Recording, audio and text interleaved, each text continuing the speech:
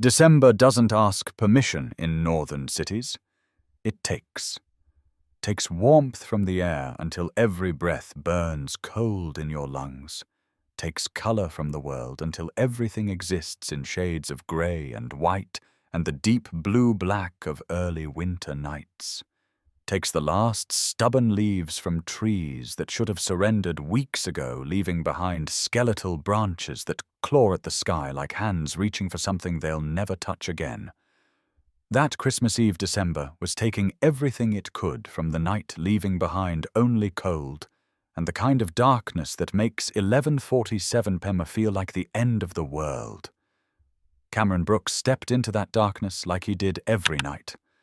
Same jacket, same keys, jingling their lonely song against his hip, same route to his car, parked in the back corner of the apartment complex lot.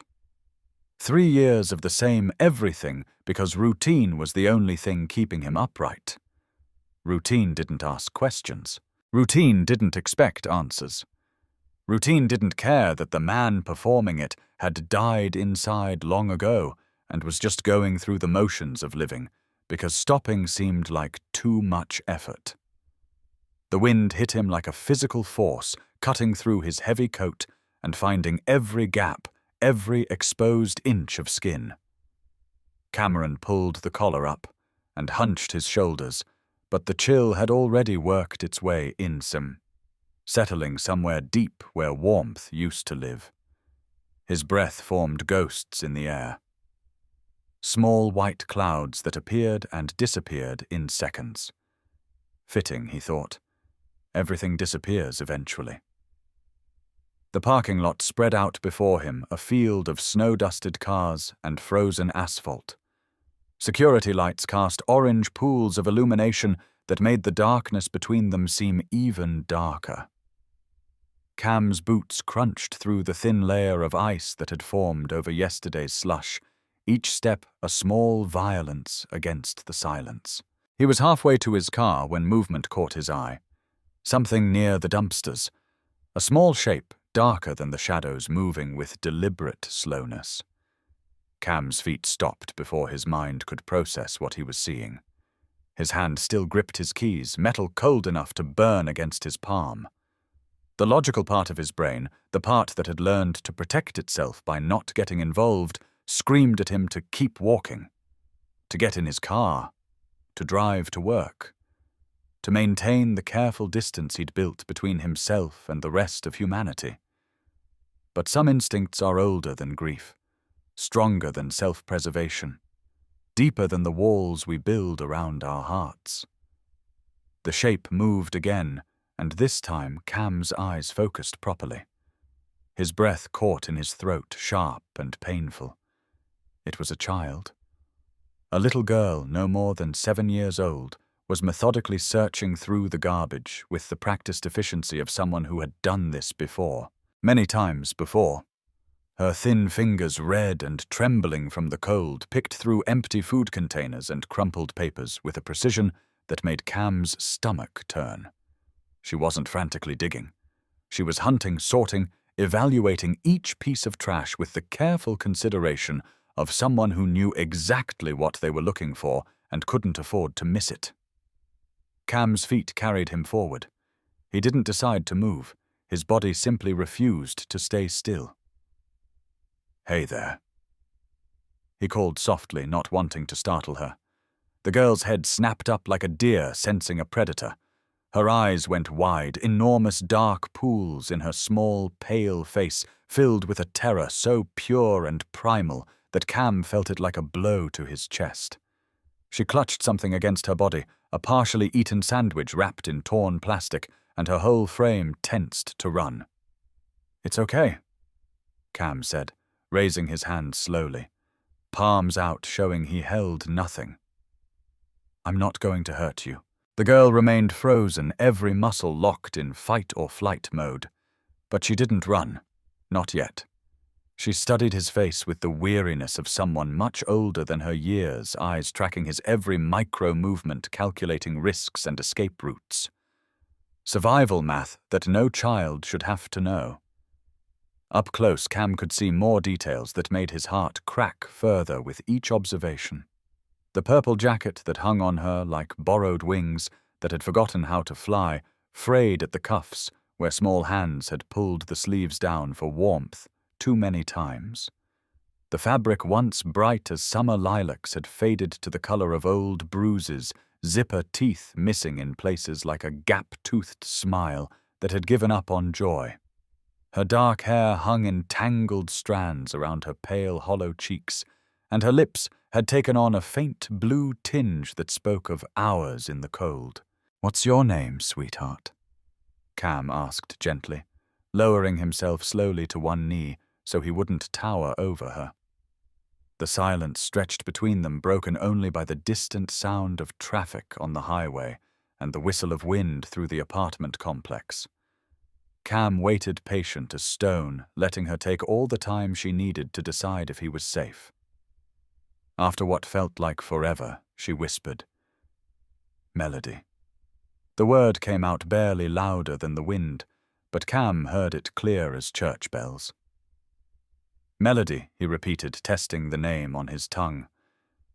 "That's a beautiful name, like the gemstone, precious and rare." Confusion flickered across the girl's face, quickly replaced by suspicion. No one had called her precious before. The word didn't fit into her understanding of the world or her place in it. "I'm Cameron," he continued, his voice as gentle as he could make it without it breaking. "Most people call me Cam." Melody's grip on the sandwich tightened, her small knuckles going white. She glanced between Cam and the dumpster, clearly torn between the desperate need for food and the very real fear of this stranger. "Are you looking for something specific?" Cam asked, though he knew the answer. Needed to hear it anyway. Needed her to say it so he could fully understand the depth of what he was seeing. Melody's bottom lip trembled. Not with cold, though she was clearly freezing. With the weight of having to speak a truth too heavy for a 7-year-old to carry. Food. One word, 4 letters. A universe of meaning compressed into a single syllable that hit Cam like a fist wrapped in ice. The word settled in the cold December air between them, visible almost like it had substance and weight.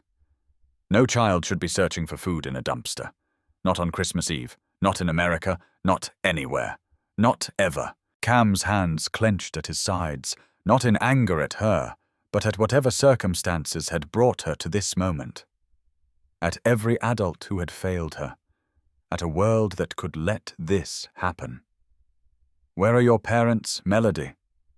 The question landed like a stone thrown into dark water, and Cam watched the ripples of pain spread across her small face.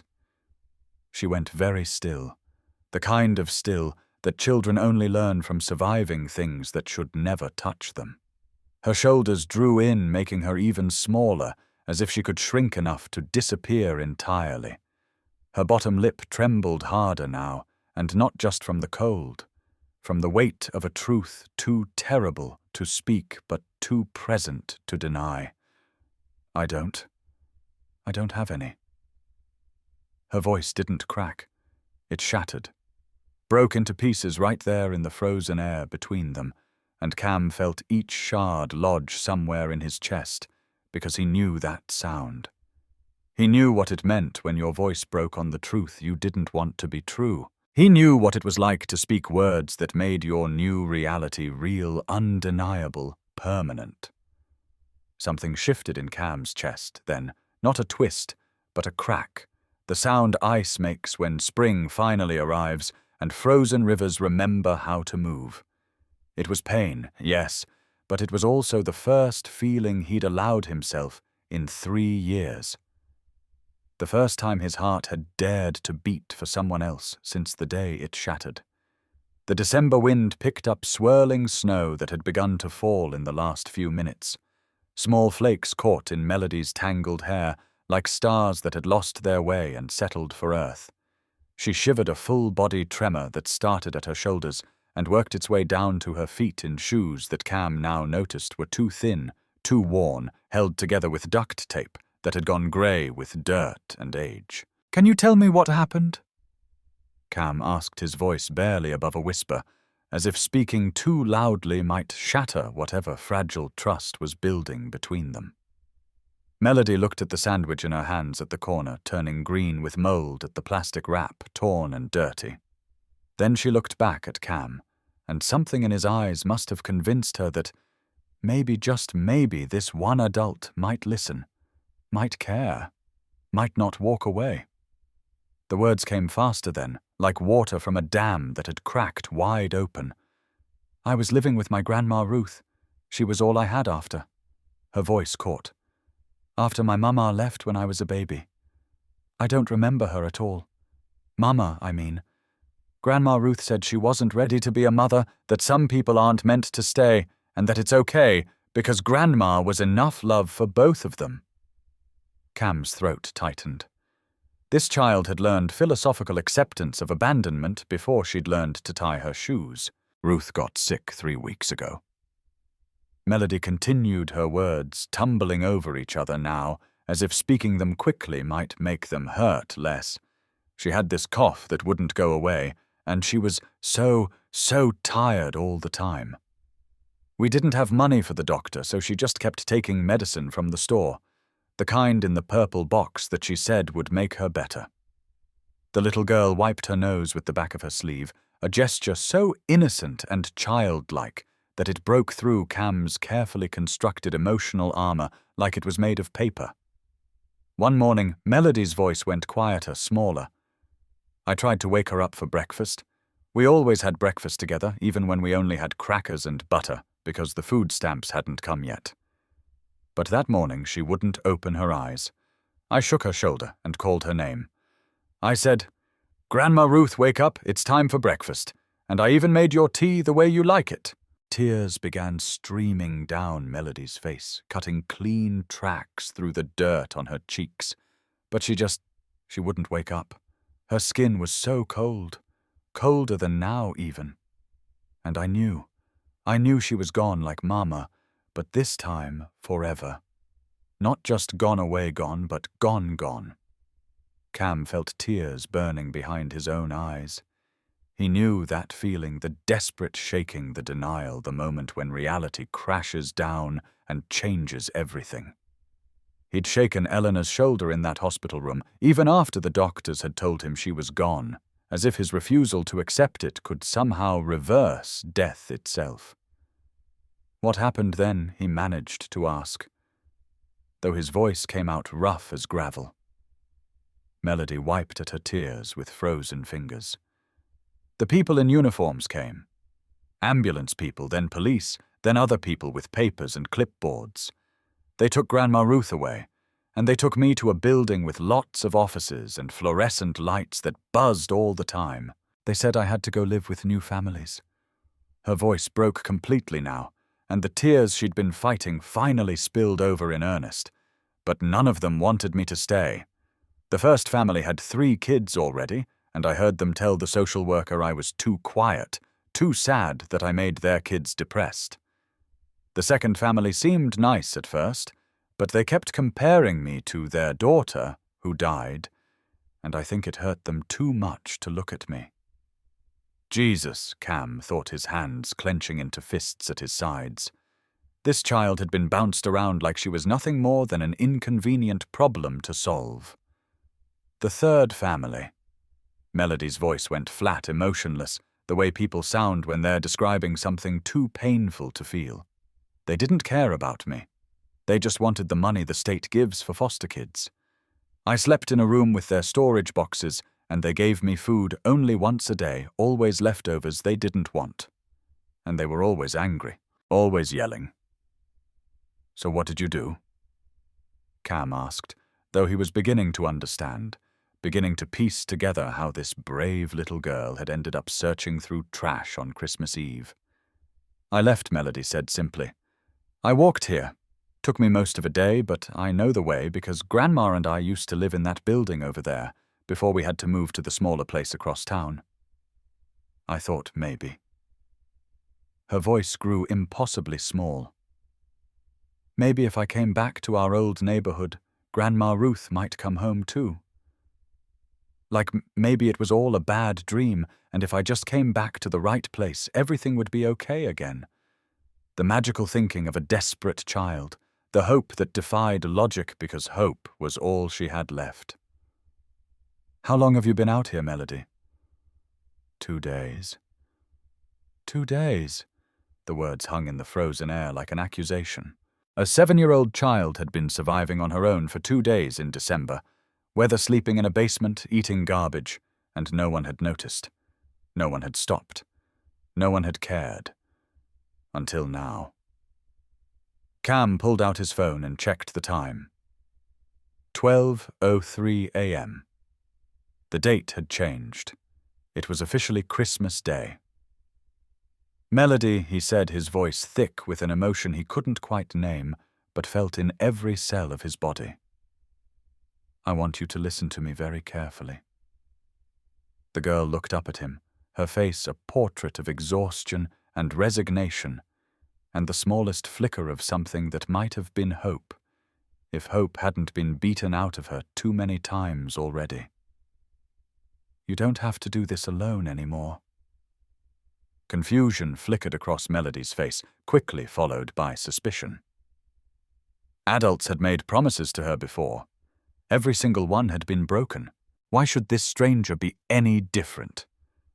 I know you don't know me, Cam continued, choosing his words carefully, weighing each one like it mattered because it did. And I know you probably don't trust grown-ups very much right now. I wouldn't either if I were you, but I promise you this. His voice cracked, and he had to clear his throat and start again. I am not going anywhere. Something in his voice, maybe the raw honesty, maybe the way his own pain reflected in his eyes like a mirror made Melody's shoulders relax just slightly. Just enough. How about we start by getting you somewhere warm, Cam asked, and getting some real food in you? Not. He gestured to the moldy sandwich she still clutched. Not this. Real food. Hot food. As much as you want. Melody hesitated, torn between desperation and the survival instinct that told her not to trust strangers. Her grandmother's warnings echoed in her head. Surely all the things good parents and grandparents tell children about not going with people they don't know. But the cold was seeping through her thin jacket, reaching all the way to her bones. And the sandwich in her hands was moldy on one corner, and her stomach hurt from being empty for so long, and she was so tired of being alone. She nodded a tiny movement of her head that held the weight of surrender and trust and terrified hope all at once. Okay, Cam said, and he felt something unlock in his chest. Come on then. My apartment is right over there. Building C, 3rd floor. He stood slowly, giving her time to change her mind, time to run if she needed to. But Melody stood too, wobbling slightly as circulation returned to legs that had been crouched too long. Can I? She hesitated. Can I bring my backpack? Of course, Cam said, and watched as she retrieved a small child's backpack from behind the dumpster, purple like her jacket, stuffed full with what must have been everything she owned. The backpack looked like it weighed almost as much as she did. They walked across the parking lot, Melody maintaining a distance of about 5 feet, ready to run if this turned out to be a trap. Cam moved slowly, deliberately, giving her space and time. The snow fell harder now. Fat flakes that caught in their hair and melted on their shoulders. The apartment building loomed ahead, 3 stories of brick and vinyl siding, peeling paint and rusted railings. Not much, but it was shelter. It was warm. It was something. They took the elevator and Cam watched Melody press herself into the corner eyes on the doors, calculating escape routes even here. He kept his distance hands visible, posture non-threatening. Small gestures that most people wouldn't think about, but that meant everything to a traumatized child. 3rd floor hallway that smelled like old carpet and somebody's dinner from hours ago. Apartment 3B at the end of the hall. Cam unlocked the door and then stepped aside. You first, he said. Melody's head snapped up, confusion clear on her face. What, you go in first? So you know where the exit is. So you feel safe. This small gesture, this simple act of giving her control, seemed to mean more to Melody than anything else Cam had said. Her eyes filled with tears again, but different tears this time. The kind that come when you experience unexpected kindness. She stepped through the doorway cautiously, and Cam followed, flipping on the lights. The apartment that greeted them was modest, bordering on sparse. A living room with a couch, coffee table, TV mounted on the wall. A small kitchen visible through a pass-through. A short hallway leading to bedroom and bathroom. Clean but impersonal. Functional furniture, beige walls, nothing that spoke of personality or warmth or life really lived. But it was warm. The heat hit them like a wall, and Melody's whole body seemed to sag with relief. It's so warm, she whispered, her voice full of wonder, as if heat was a luxury she'd forgotten existed. Cam saw his apartment through her eyes then. The nothing he'd been living in suddenly became something. His emptiness became her everything.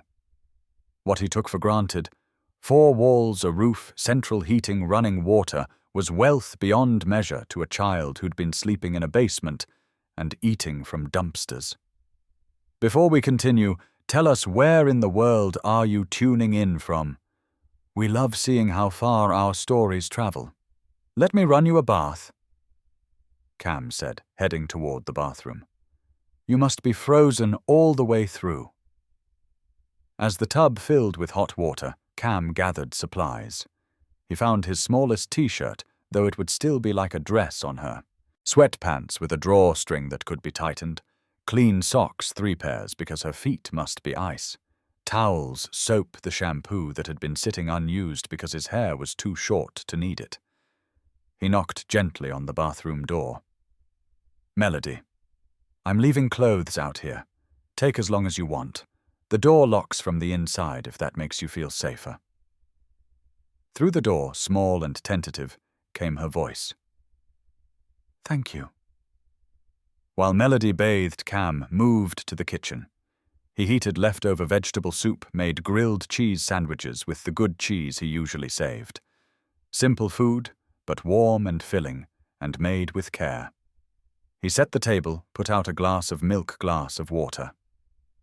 Napkin, spoon, plate. Small acts of normalcy that felt monumental. 20 minutes later, the bathroom door opened. Melody emerged, swimming in Cam's clothes, the t-shirt hanging to her knees, sweatpants rolled up multiple times, sleeves rolled so many times her arms looked wrapped in fabric bandages. Her hair was clean and damp, combed with her fingers, and her face was pink from hot water and heat. She looked like a completely different child. Still thin, still weary, still carrying trauma in every line of her small body. But human again, real again, visible again. Feel better? Cam asked. Melody nodded. The water was so warm. I stayed in until it started getting cold. Is that okay? That's perfect, Cam said. Come on, let's get some food in you. Melody sat at the table, her posture stiff and formal, like she was a guest at a fancy dinner instead of a homeless child finally getting a meal. She looked at the soup, at the sandwich, at the milk and water, and her eyes went wide. This is all for me? All for you.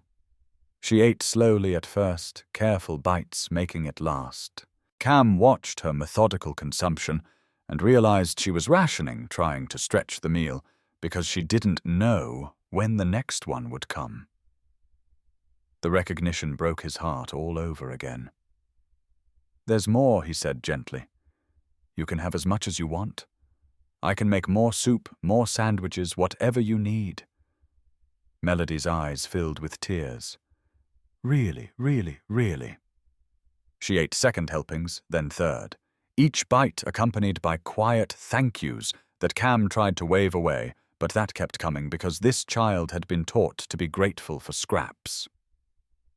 As she ate, Cam's mind raced ahead.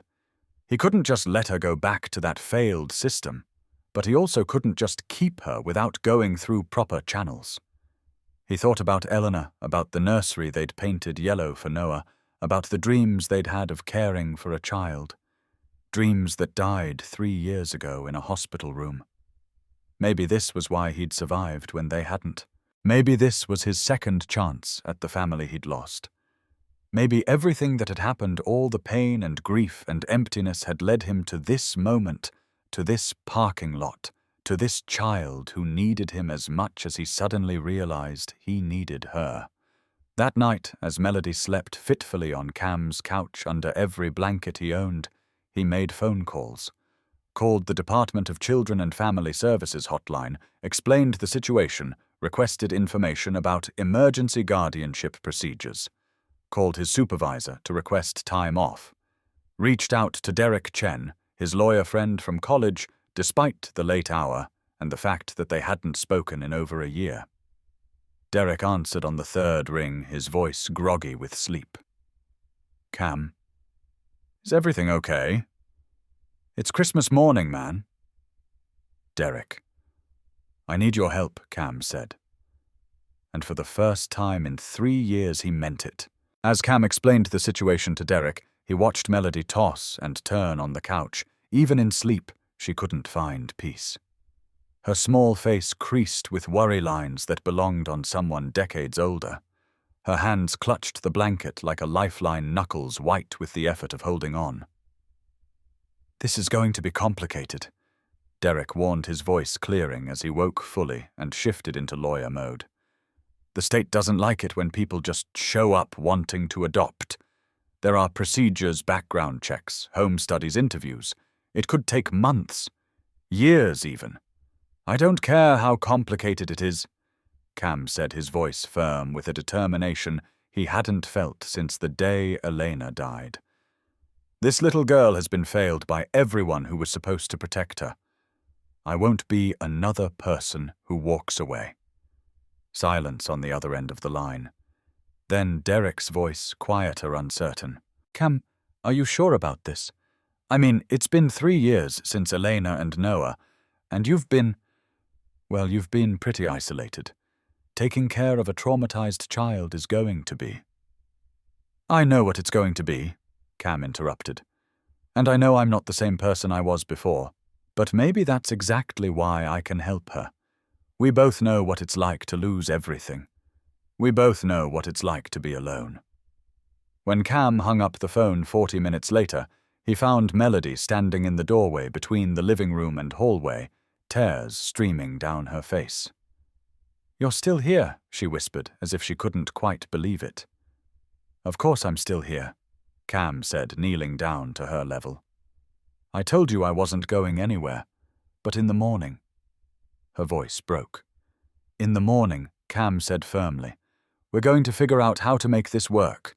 You're not going back to sleeping in basements or searching through garbage, not while I'm here." Melody launched herself at Cam, then small arms wrapping around his neck in a desperate hug. He froze for a moment, surprised by the contact, then slowly wrapped his arms around her small frame, careful and gentle. She was so light, like she was made of bird bones and hope. He felt something crack open in his chest then. Something that had been frozen solid for 3 years suddenly began to thaw. Not a clean break, but a slow, painful melting that hurt as much as it healed. They stood like that for a long time, a broken man and a broken child, holding each other up in the small hours of Christmas morning. Both of them silently promising the same thing. "I won't let you fall." Eventually, Melody's grip loosened, and she pulled back, wiping at her eyes with her sleeve. Can you stay with me until I fall back asleep?" Cam settled on the floor next to the couch, his back against the coffee table. Melody lay down again, one small hand reaching out to hold his. Cam held it gently, his large hand completely engulfing her tiny fingers, and began to hum. Not quite a lullaby, but something Eleanor used to sing. The tune came back to him after 3 years of silence, rusty but recognizable. Melody's breathing slowed, deepened. As she drifted off, she whispered, "Grandma Ruth used to say, warm water washes away more than dirt. It washes away the day's hard things." Cam's throat tightened. "Your grandma sounds like she was very wise." "She was the smartest person ever," Melody murmured, already half asleep. "She sang all the time, even when she was tired. Said music makes the hard work lighter." Cam kept humming until Melody's hand went slack in his, and her breathing fell into the deep rhythm of genuine sleep. Then he sat there in the dark, watching this small girl who had crashed into his life like a comet, bringing with her chaos and purpose and a reason to keep breathing. He thought about Elena, about how she would have loved this, would have already been making plans, clearing out the spare room, buying clothes and toys and everything a little girl needed. Elena had always been the one with the open heart, the one who saw need, and immediately filled it. Cam had been more cautious, more practical, but maybe Elena's heart had stayed with him after all. Maybe it had just been waiting for the right moment to wake up again. The next morning arrived too quickly and too slow at once. Dawn light crept through the blinds, painting stripes across the living room floor. Cam woke still sitting against the coffee table, his neck protesting the awkward angle. Melody was awake already, sitting up on the couch, watching him with those enormous dark eyes. "Good morning, Cam," said his voice, rough with sleep. "You really stayed," Melody said, wonder in her voice. "Told you I would, but grown-ups don't usually keep their promises." The casual way she said it, like it was a simple fact of life, made Cam want to find every adult who had ever lied to this child and shake them until they understood what they'd done. "I keep mine," he said simply. "Always." Melody studied his face for a long moment, searching for cracks in his certainty. She must have found something trustworthy because she asked, "What do we do now?" "Now," Cam said, standing and stretching out the kinks in his back. "We have breakfast. You like pancakes?" "I don't know. I've never had them. Never had pancakes." Cam felt his heart crack a little more. "Well then, we're making pancakes. Fair warning, though, I'm not very good at it." What happened next would become a core memory for both of them, the kind of moment that defines a relationship. Cam attempted to make pancakes from a box mix that had been in his cabinet for over a year. Melody stood on a chair beside him, watching carefully, asking questions about measurements and mixing. The first batch burned. The second batch was somehow raw in the middle. The third batch Cam flipped too enthusiastically, and it landed half on the pan, half on the stove. Melody giggled. An actual giggle, small and tentative, like a bird testing its wings for the first time. What Cam said mock offended. "That's modern art. Abstract pancake." "That's a mess," Melody corrected, but she was smiling. A real smile that reached her eyes and transformed her whole face. By the fourth batch, they'd figured it out together. The pancakes were lumpy and misshapen, but fully cooked and edible. They sat at the table with butter and syrup, and Melody took her first bite of pancake with the reverence of someone experiencing a sacred ritual. "This is good," she said, surprise evident in her voice. "Wait until you've had pancakes made by someone who actually knows what they're doing," Cam said. "These are practice pancakes. Next time will be better. Next time." The words hung in the air between them, a promise of future, of continuity, of more mornings together. After breakfast, while Melody showered again, "She wanted to," she said, "because it felt so good to be clean and warm." Cam started making the calls Derek had outlined. Department of Children and Family Services first. He explained the situation to a woman named Patricia, who sounded tired and overworked and deeply skeptical.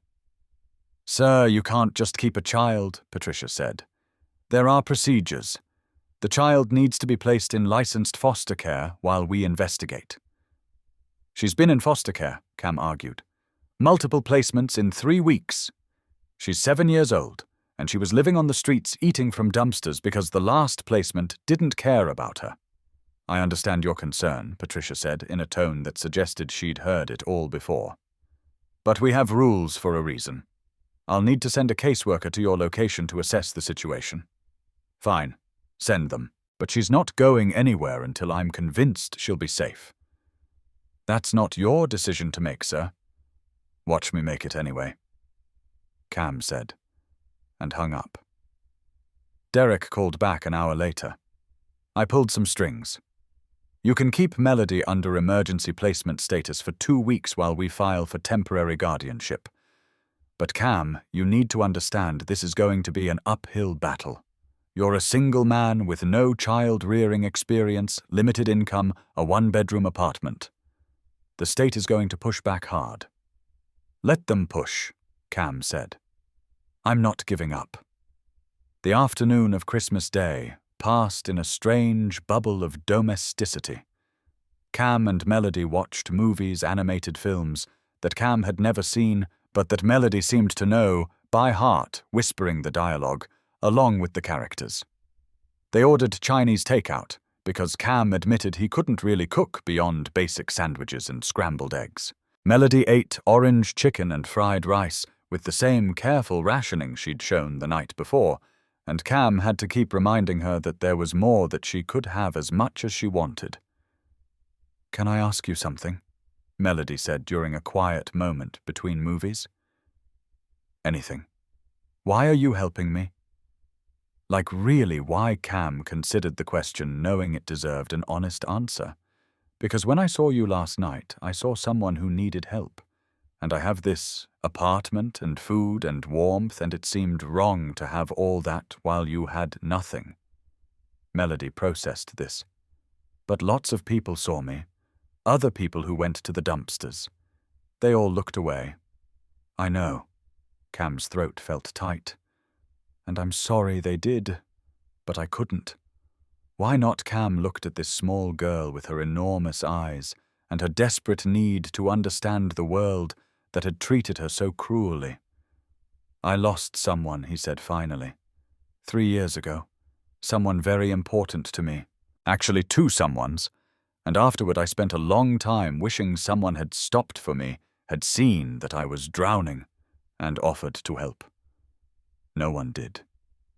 So when I saw you, I couldn't be the person who walks away. I couldn't do to you what was done to me. Who did you lose? My wife, Elena, and our baby son, Noah. They died together. Melody's eyes went very wide. Both of them. Both of them. It was during childbirth. Something went wrong and the doctors couldn't fix it. And in about an hour, my whole future disappeared. That's really sad, Melody said quietly. It is. It was. It still is sometimes. Do you think Grandma Ruth and your Elena and Noah are together now? Like in heaven or somewhere? The question surprised Cam.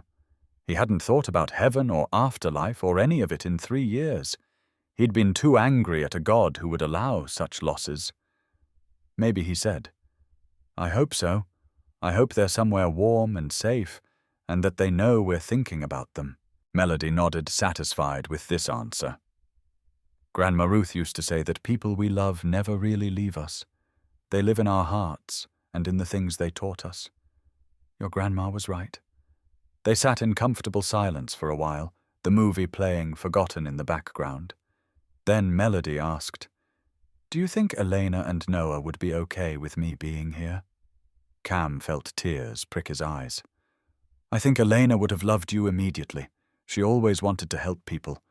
And Noah. He took a breath. Noah was going to sleep in a yellow room we painted together. There were going to be stars on the ceiling and books on the shelves. All the things I wanted to give him but never got to. I'm sorry you didn't get to meet him. Me too, sweetheart, me too. Later, as evening approached, and Melody started showing signs of exhaustion again, Cam made up the couch with fresh sheets and extra blankets. He gave Melody one of his old t-shirts to sleep in, cleaner than the one from the night before, and watched as she carefully folded her purple jacket and placed it at the foot of the couch like a security blanket. "Do you have bad dreams?" Melody asked suddenly. "Sometimes," Cam admitted. "Do you every night?" "Usually about the morning I couldn't wake up Grandma Ruth, or about the basement where I was sleeping, or about being hungry and no one caring." Cam's heart broke all over again. "If you have a bad dream, you call for me, okay? I'm just in the next room. I'll come. Promise, promise." Melody settled under the blankets, her small body barely making a dent in the couch cushions. Cam moved to turn off the lights, but Melody's voice stopped him. "Can you leave the hall light on?" "I don't like complete dark." "Of course. Hall light stays on." "Anything else? Will you read me a story?" "Grandma Ruth used to read me stories every night before bed." Cam went to his bookshelf, to the bottom shelf, where he'd shoved all of Noah's books 3 years ago and never looked at them since. He pulled out Where the Wild Things Are, the cover worn and familiar. He sat in the chair near the couch and began to read. His voice cracked on the first page, shaky on the second, but by the third page it had found its rhythm. Melody listened with rapt attention, her eyes tracking his face more than the pictures. That night, Max wore his wolf suit and made mischief of one kind and another. Cam read, and Melody smiled because mischief was something she understood. By the time Max sailed back to his room where his supper was waiting for him, and it was still hot, Melody's eyes were drooping. Cam closed the book gently. "Did you like it?" "It was perfect," Melody murmured, already half asleep. "Can we read another tomorrow?" "We can read one every night if you want." "Every night?" "Every night you're here." "How long will that be?" Cam looked at this brave little girl who'd survived things no child should have to survive, who'd kept going even when she had every reason to give up and made a promise he had no authority to make, but absolute determination to keep. "As long as you want to stay." Melody's eyes had closed, but a small smile played at her lips. "Forever then," she whispered. "Forever then," Cam echoed, and meant it with every fiber of his being. After Melody fell asleep, Cam sat in the dark living room with only the hall light cutting a strip of illumination across the floor. He should go to bed. He had calls to make in the morning, forms to fill out, a battle to prepare for. But sleep felt impossible with memories churning through his mind like a storm. 3 years. It had been exactly 3 years, 2 months and 14 days since Elena died. Cam closed his eyes and let himself remember. Really remember, not the abbreviated version he usually allowed himself when the grief got too sharp. Elena had been light itself. That was the only way to describe her. She walked into rooms, and they got brighter. She laughed, and the world felt less heavy. She saw hurt, and immediately moved to heal it, saw need, and filled it, saw loneliness, and offered companionship. She collected strays, people, and animals both, and loved them fiercely until they believed they were worth loving.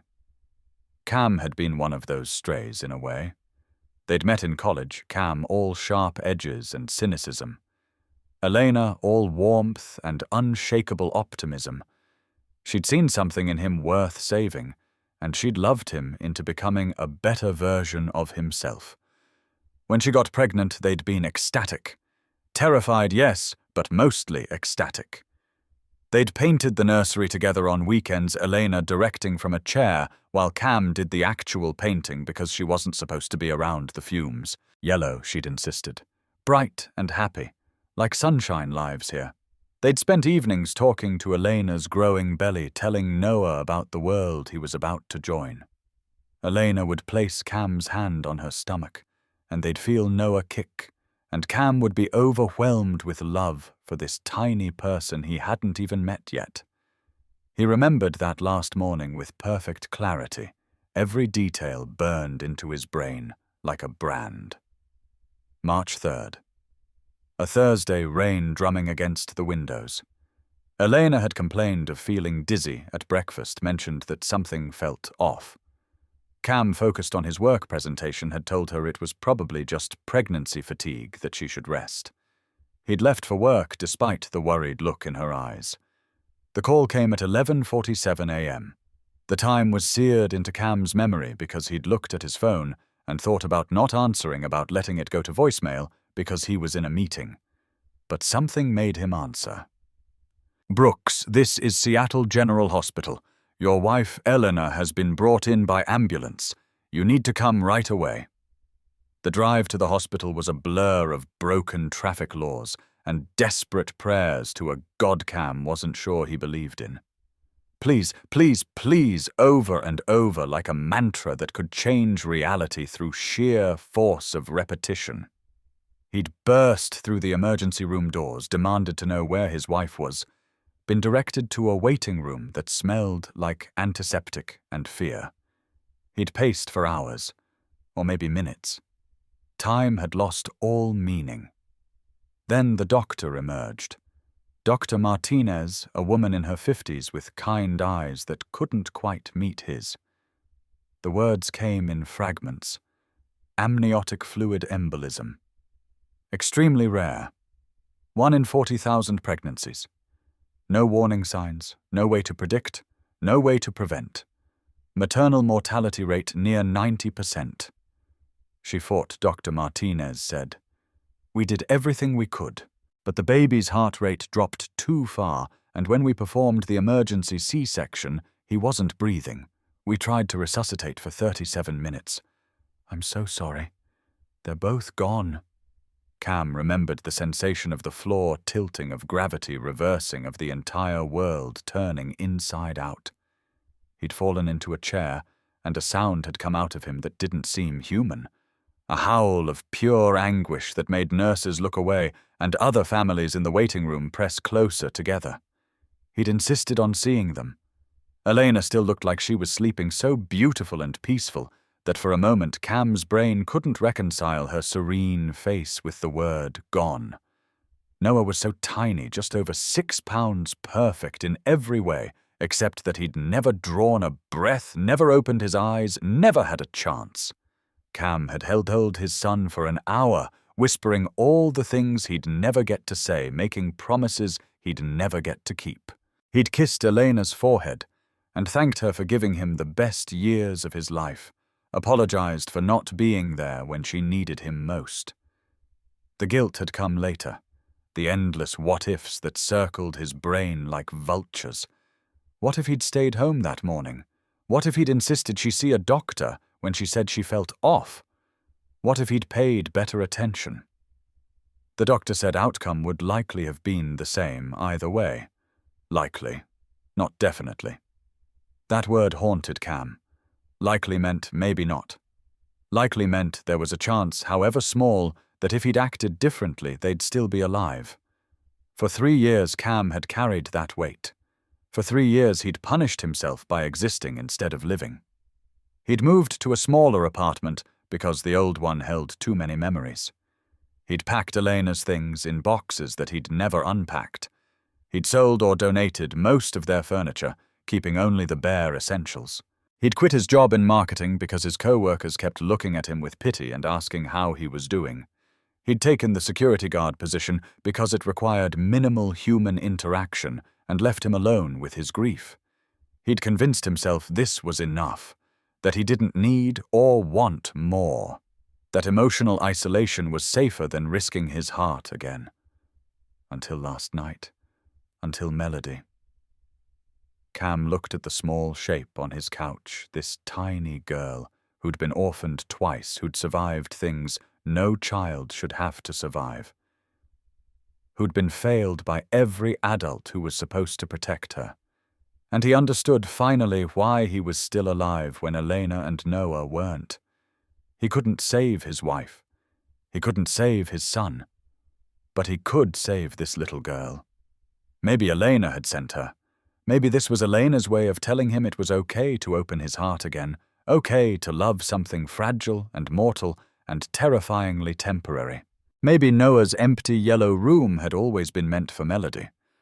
Or maybe it was just coincidence and chance and the intersection of two broken people who needed each other at exactly the right moment. Either way, Cam knew with absolute certainty he wasn't letting Melody go. Whatever it took, whatever battles he had to fight, whatever hoops he had to jump through, he was keeping her safe. The state had failed her. Her mother had failed her. Even her grandmother, through no fault of her own, had left her alone. But Cam wouldn't fail her. He'd already lost one family. He'd be damned if he lost another. Cam woke to screaming. He jolted upright in his bed, heart hammering, momentarily disoriented.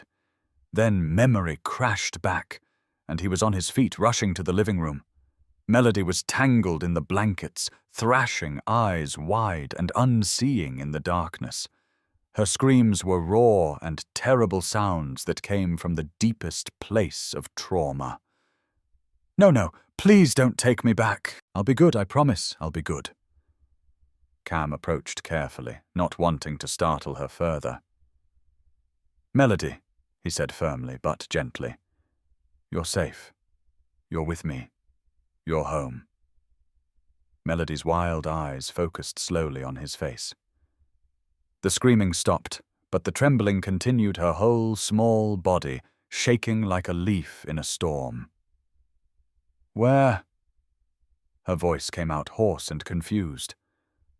Where am I? My apartment. You're safe. It's just a bad dream. Reality settled over her in layers.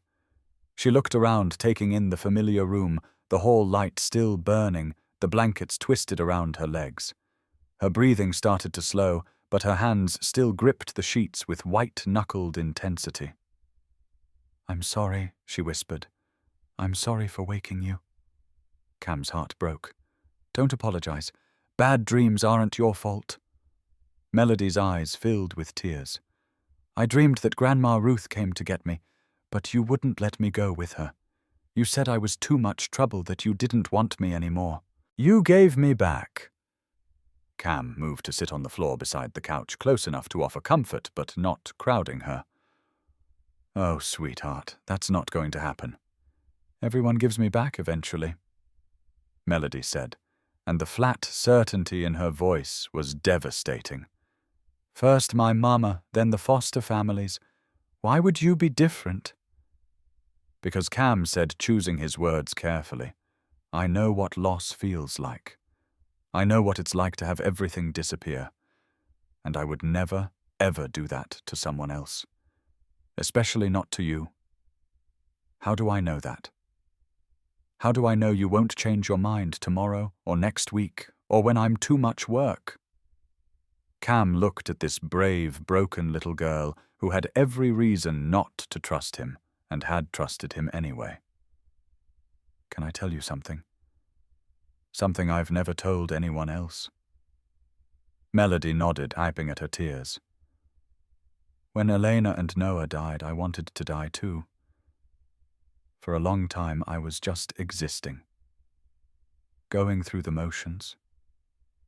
I wasn't really living. I was a ghost in my own life. He paused, making sure she understood. Then I saw you last night and something woke up in me. Something I thought was dead. You gave me a reason to wake up in the morning. A reason to care about something beyond just getting through another day. Melody studied his face. So I'm helping you too. You're saving me, Cam said honestly. Just like I'm trying to save you. We're saving each other. Melody processed this, her 7-year-old brain working through concepts that were complex even for adults. Can I hold your hand? Cam extended his hand, and Melody's small fingers wrapped around 2 of his. They sat like that in the darkness, connected by touch and shared grief, and the fragile beginning of trust. Do you want to talk about the nightmare? Cam asked softly. It's always the same, Melody said. Either I can't wake up Grandma Ruth, or I'm back in the basement, or someone's taking me away and no one cares. I care, Cam said. And I'm right here, And every time you have a nightmare, you call for me, and I'll come. I promise. You keep saying that word. Promise. Because I mean it. When I make a promise, I keep it. Always. Melody yawned, then exhaustion pulling at her, despite the terror that had woken her. Cam stayed sitting on the floor holding her hand until her breathing deepened and she drifted back to sleep. Then he stayed longer, just to be sure. Morning arrived for real a few hours later. Dawn light creeping through the blinds. Cam woke still on the floor, his back screaming in protest. Melody was already awake, sitting up on the couch watching him. "You really stayed," she said, and there was wonder in her voice. "Told you I would." Cam stood with difficulty, his back popping and cracking. He was too old to be sleeping on floors. "What do we do today?" Melody asked. "Today," Cam said, "we start building routines. Structure is going to help you feel safe. How about we make a schedule together?" They spent breakfast slightly less disastrous pancakes this time, creating a daily schedule. Melody watched as Cam wrote it out on a piece of paper. Morning breakfast together. Midday reading time, art time, quiet time, afternoon lunch activity. Evening, dinner, bath, story, bedtime. Simple, predictable, safe. "We'll put this on the refrigerator," Cam explained, "so you always know what comes next. If you know what to expect, it's less scary." Melody touched the paper reverently. "Grandma Ruth and I had routines too. She said routines make the world make sense. Your grandma was right about a lot of things." After breakfast, while Melody showered, she was taking 2 or 3 showers a day. Cam noticed like she couldn't get enough of being clean and warm. Cam made the calls Derek had outlined. First, the Department of Children and Family Services. A different person this time, a woman named Vanessa Cole, who would be Melody's assigned caseworker. "Mr. Brooks." Vanessa said, her voice professionally neutral. "I understand you have a child in your care who was found homeless." "Yes. Her name is Melody. She's 7. She was living on the streets after foster placements failed." "I see. Well, I'll need to come assess the situation. Can I come by this afternoon?" "Sure. We'll be here. And Mr. Brooks.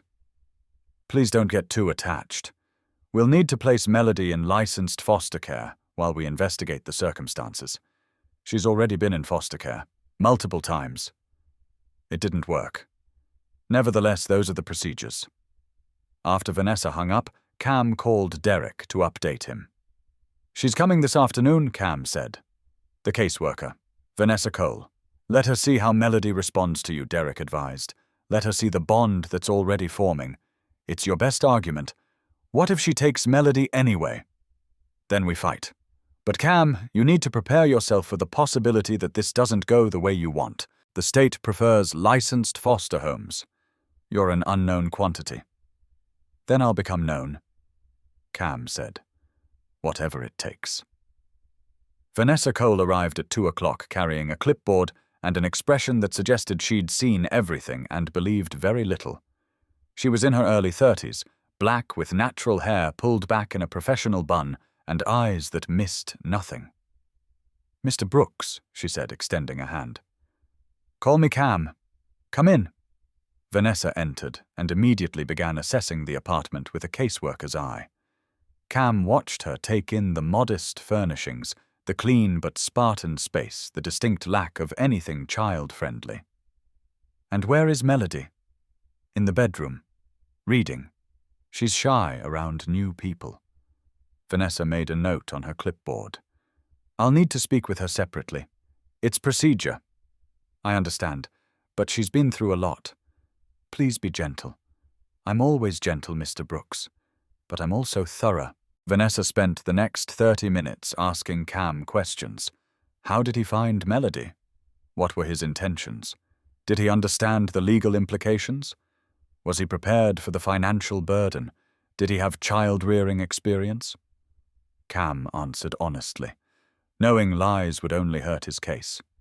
No, he didn't have experience. Yes, his apartment was small.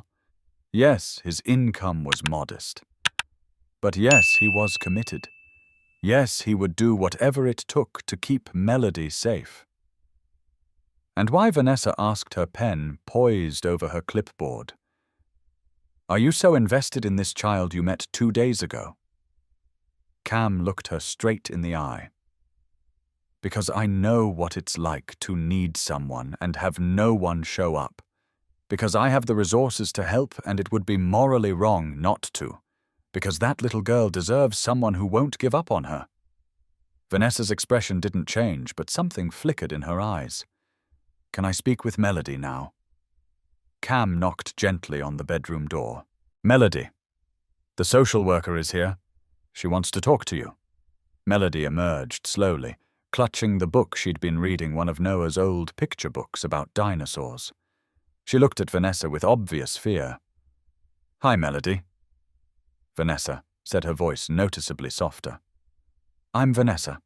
I work with children to make sure they're safe and happy. Can we talk for a few minutes?" Melody looked at Cam. "Will you stay? I'll be right outside the door," Cam promised. "You're not alone." The conversation lasted 20 minutes. Cam paced in the living room, stomach churning with anxiety. Finally, the bedroom door opened and Vanessa emerged, Melody trailing behind her. "Thank you for your time, Melody," Vanessa said. "You've been very helpful." Melody immediately went to Cam's side, pressing against him like a magnet finding metal. Vanessa made several more notes on her clipboard before looking up. "Mr. Brooks, I'll need to file my report and consult with my supervisor. For now, I'm classifying this as emergency placement. Melody can stay with you temporarily while we investigate. But I need to be clear, this is not permanent. We'll need to conduct a full home study background checks, psychological evaluations. And at any point, if we determine this placement isn't in Melody's best interest, she will be moved to licensed foster care." "I understand," Cam said, though he was already planning how to fight if it came to that. After Vanessa left, Melody stayed pressed against Cam's side. "What did she ask you?" "Questions about if I feel safe, if you're nice to me, if I have food and a place to sleep." "And what did you tell her?" Melody looked up at him with those enormous dark eyes. "I told her you're the first person who's ever kept a promise, that I feel safer here than anywhere I've ever been, that you make pancakes even though you're bad at it, and that you read me stories and that you stayed all night when I had a bad dream." Cam's throat felt too tight to speak. He just pulled Melody into a hug and held on. The rest of the afternoon passed in the strange limbo of waiting.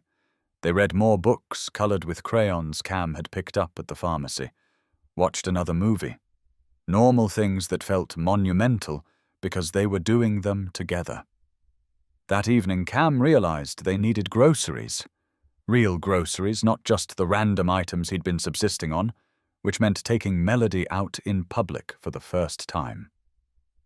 "We need to go to the store," Cam explained. "Get proper food. Will you be okay with that?" Melody nodded but looked nervous. "What if someone sees me? What if they take me?" "No one's taking you. I promise. You're with me, and I won't let anything happen to you." The grocery store was overwhelming for Melody. Cam could see it in the way her eyes went wide at the bright lights and the crowds of people. She stayed close to him, one hand gripping the shopping cart like an anchor. They made their way down the aisles, Cam asking what Melody liked to eat. Melody looking confused by the question, as if liking something had never been a factor before. When they reached the cereal aisle, Melody stopped. She stared at the wall of colorful boxes like she was looking at an alien landscape. "Pick whichever one you want," Cam said. Melody reached out tentatively toward a box of chocolate cereal, then pulled her hand back.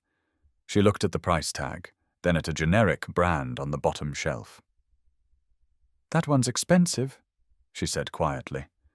"We should get the cheap kind." Cam's heart cracked. "Melody, you can pick anyone you want. Price doesn't matter. But Grandma Ruth always said we had to get the cheapest because money doesn't grow on trees. Your grandma was working hard to take care of you with very little help. But I have enough. We're not rich, but we have enough for chocolate cereal if that's what you want." Melody stared at the chocolate cereal box for a long moment. Really? Really? She took the box from the shelf carefully, like it might break, and placed it in the cart with reverence. "Thank you. You're welcome. Now pick 2 more. 2 more," Melody's voice shot up an octave. 3 cereals for 3 weeks. We'll rotate. Variety is good." Cam watched Melody's face transform as she realized this wasn't a trick, that he really meant it. She chose 2 more boxes, not the most expensive, but not the cheapest either. Middle choices that broke Cam's heart, because even in this small thing, she was trying not to be a burden. As they moved through the store, Melody began to relax. By the frozen foods, she was asking questions about what different things were. By the produce, she was suggesting items she'd had before. By the bakery, she was smiling at the woman handing out free cookie samples. At checkout, Melody carefully placed each item on the conveyor belt, organizing them by category without being asked. The cashier smiled at her. "You're a good helper," the cashier said. "Thank you," Melody replied politely, and Cam felt a surge of pride at her manners, at the resilience that let her be polite, even after everything she'd been through. The total came to $143.67. Melody watched anxiously as Cam swiped his card. "Is that okay?" she whispered. "It's perfect," Cam said. "You're worth every penny." Back at the apartment, they put away groceries together. Melody wanted to help with everything, carrying items from bags to cabinets, asking where things should go. Creating ownership, Cam realized, making this space feel like it belonged to her too. That night, as he tucked her in, Melody asked Cam, "Do you think we could do that again?" "The grocery shopping?" "Of course. We'll go every week. Make it our tradition." "I like traditions," Melody said sleepily. Grandma Ruth said traditions are the threads that hold families together. Then we'll make lots of traditions. Cam promised, and we'll hold tight. The next few days fell into a rhythm that felt both natural and surreal. Cam had never been solely responsible for another human being before, let alone a traumatized 7-year-old. But he and Melody figured it out together, stumbling through the learning curve with patience and grace and occasional disasters. Day 3 brought the discovery that Melody had been hoarding food. Cam found granola bars hidden behind the cereal boxes in the pantry, juice boxes under her pillow, a half loaf of bread going stale in the closet. He sat in the kitchen at 2 a.m, staring at the hidden stash he'd collected, his hands shaking. 12 granola bars, 7 juice boxes, bread, crackers, small packets of peanut butter from the pharmacy. All carefully hidden, all saved for emergencies that Melody's survival instinct told her were inevitable. Cam heard a sound and turned to find Melody in the doorway, tears already streaming down her face. "You're not taking it away?" Her voice was tiny, terrified.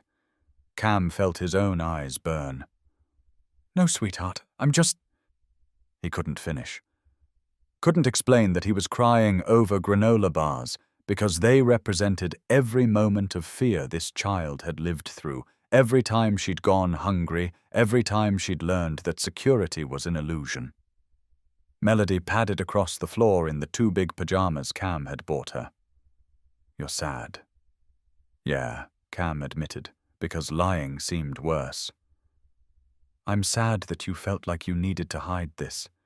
I'm sad that adults taught you food wasn't safe." She slipped her small hand into his. "It's okay to be sad sometimes. Grandma Ruth used to say that tears are just love that has nowhere else to go."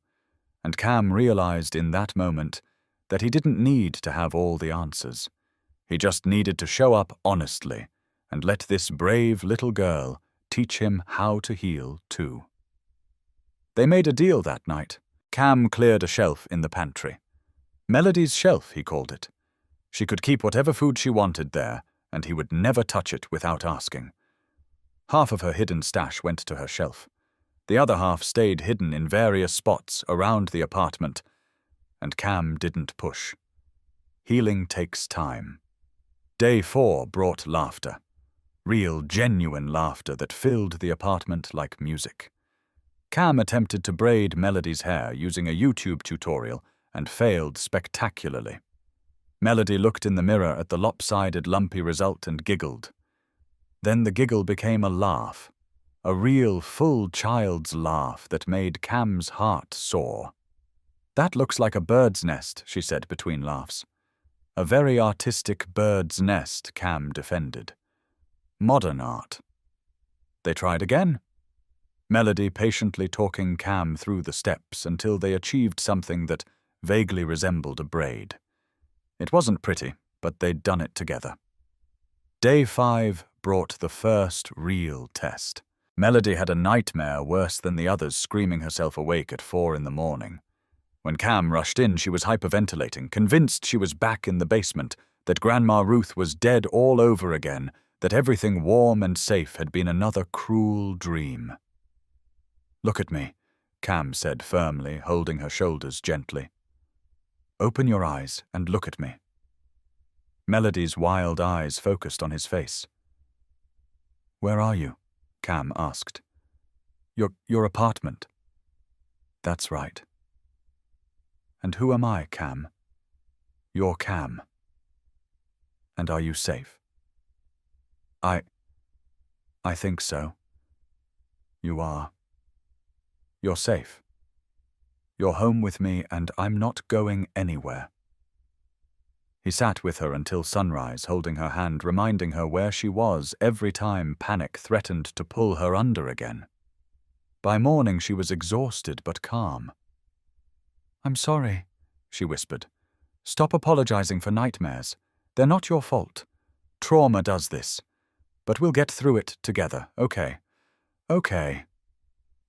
Day 6 brought an unexpected gift. Teresa Abbott, the neighbor from 3D, who Cam had maybe exchanged 10 words with in the year he'd lived there, knocked on his door. "I've noticed you have a little one staying with you," she said. She was in her 60s, grey hair, kind eyes. "If you need any help, babysitting advice, anything, I raised 3 girls of my own. I'm happy to help." Cam felt tears prick his eyes at this simple offer of support. "Thank you. I might take you up on that." Teresa became a regular presence after that. She brought over a bag of girls' clothes her granddaughters had outgrown. She showed Cam how to properly braid hair. She sat with Melody one afternoon while Cam went to a meeting with Derek, and when he came back, they were baking cookies together, and Melody was smiling. Day 7 brought Christmas leftovers from Teresa. A care package from Derek's wife with art supplies and books, and a small but significant breakthrough. Melody put away her purple jacket. Not permanently. She still kept it close, folded on the end of her bed. But for the first time she took it off without prompting, and didn't need to wear it inside to feel safe. That evening, Cam and Melody made dinner together, spaghetti and meatballs, from a recipe Cam's mom used to make. The kitchen became a mess of flour and sauce and laughter. Melody got sauce on her nose and Cam wiped it off, and she didn't flinch away from the touch like she had the first few days. After dinner they washed dishes together. Melody stood on a chair to reach the sink, carefully scrubbing plates, while Cam dried. The radio played soft music in the background, and snow fell outside the window, and for a moment everything was perfect in its ordinariness. "Can I tell you something?" Melody asked suddenly. "Always. I think I'm starting to feel like this is home. Like really home, not just a place I'm staying until people decide to move me somewhere else." Cam set down the dish towel and looked at this brave little girl who'd been through hell and was still willing to hope. "This is home, Melody, for as long as you want it to be. What if the social worker says I have to leave? Then I'll fight to keep you. I'll fight as hard as I can. And if you lose, Cam took a breath, knowing she deserved honesty. "Then I'll visit you as much as they let me. I'll write you letters. I'll never stop caring about you. But I'm not planning to lose. We're going to make this work." Melody climbed down from the chair and hugged him, her small arms wrapping around his waist. "I love you," she whispered into his shirt. Cam froze. She'd said it so simply, so naturally, like it was the most obvious thing in the world, and something that had been locked tight in his chest for 3 years finally broke open. "I love you too, Ruby." The nickname slipped out without thought, but it felt right. Ruby. Precious and rare, just like he'd said that first night. Melody looked up, smiling. "Ruby, if you want. You said your name is Melody, but you remind me of a ruby.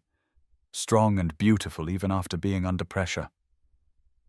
"I like it," Melody said. "Ruby." She tested it out. "Ruby Brooks. That sounds like a real name. Like I'm a real person who belongs somewhere." "You are," Cam said. "You absolutely are." That night, as Cam tucked Ruby into bed and read her another story from Noah's collection, he thought about the past week.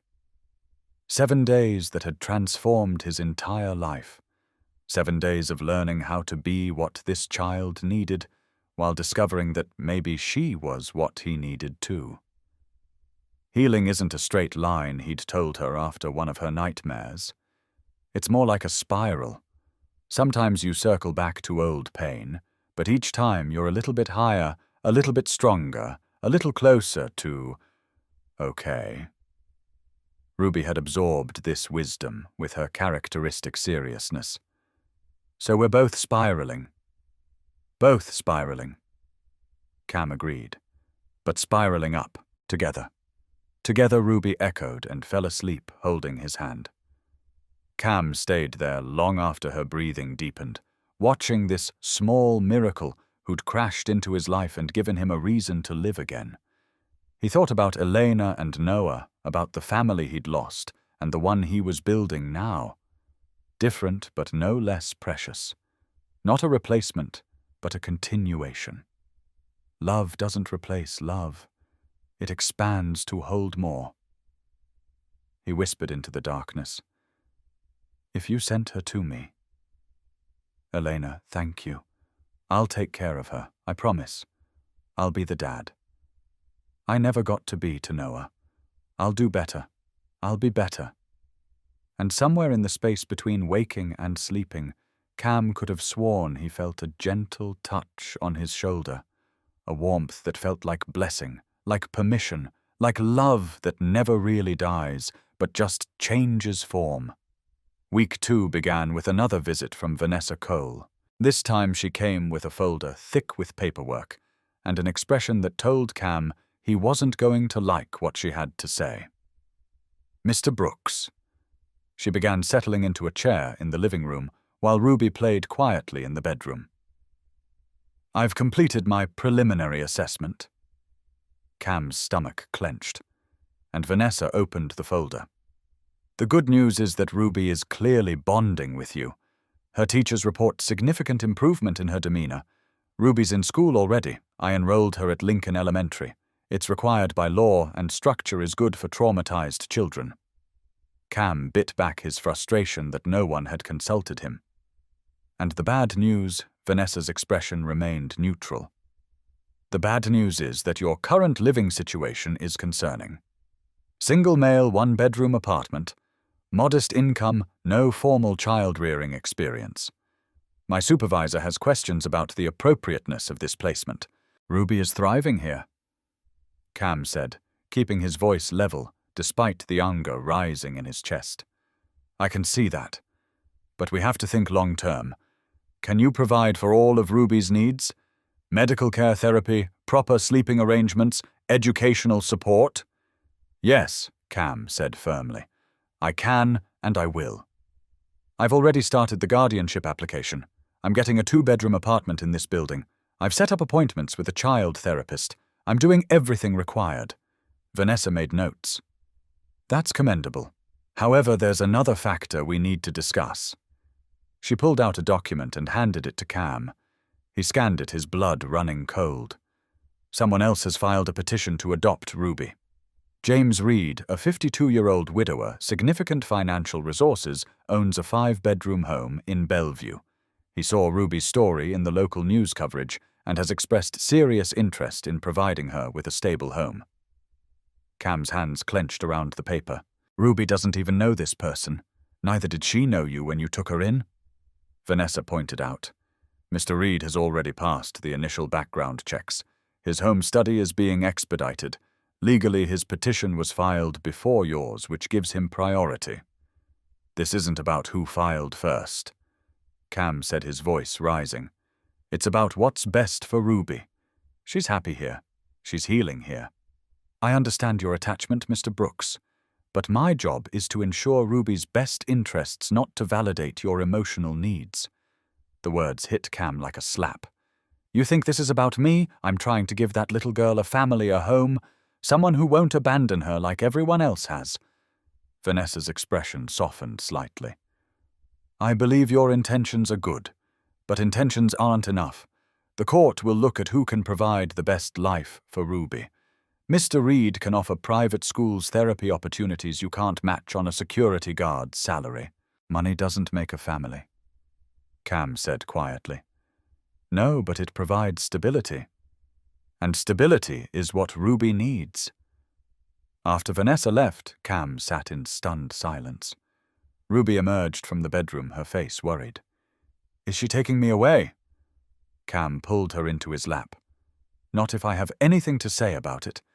But that man she talked about is nobody. You don't know him and he doesn't know you.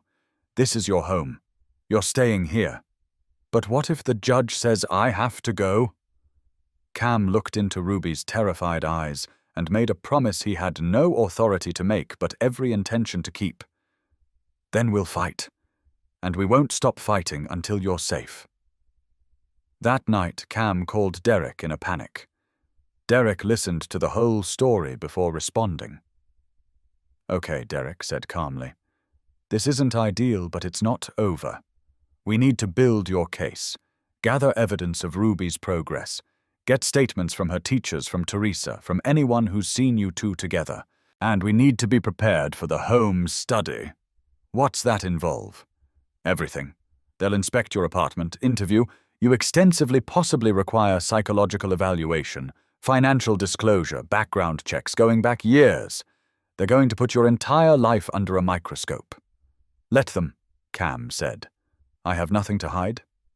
What about this James Reed? Can we find out more about him? I'm already on it, Derek said. Something feels off about someone who sees a news story and immediately decides to adopt. I'll dig into his background. Week 3 brought the move to the 2-bedroom apartment. It was on the 2nd floor of the same building, slightly more expensive but manageable. Teresa helped them pack and unpack, turning the process into an adventure for Ruby. The new apartment felt different immediately. Ruby had her own room for the first time in weeks. They painted it together pale purple, Ruby's choice because it reminded her of Grandma Ruth and the jacket that had kept her safe. They hung pictures, assembled furniture that Cam bought second-hand, made it hers. This is really mine, Ruby asked, standing in the doorway of her completed room. Really yours, Cam confirmed. Your safe space, your home. Ruby threw her arms around him. Thank you, Daddy. The word stopped Cam's heart. She'd called him Cam since that first night, never Dad or Daddy. But now, spontaneously, she'd given him the title he'd thought he'd never hear. You're welcome, baby girl, he managed through the tightness in his throat. Week 4 brought Dr. Sophia Grant into their lives. She was the child psychologist assigned to evaluate both Ruby and Cam as part of the home study process. Unlike Vanessa, Dr. Grant radiated warmth. She had kind eyes and a gentle manner that put Ruby at ease almost immediately. The first session was just observation. Dr.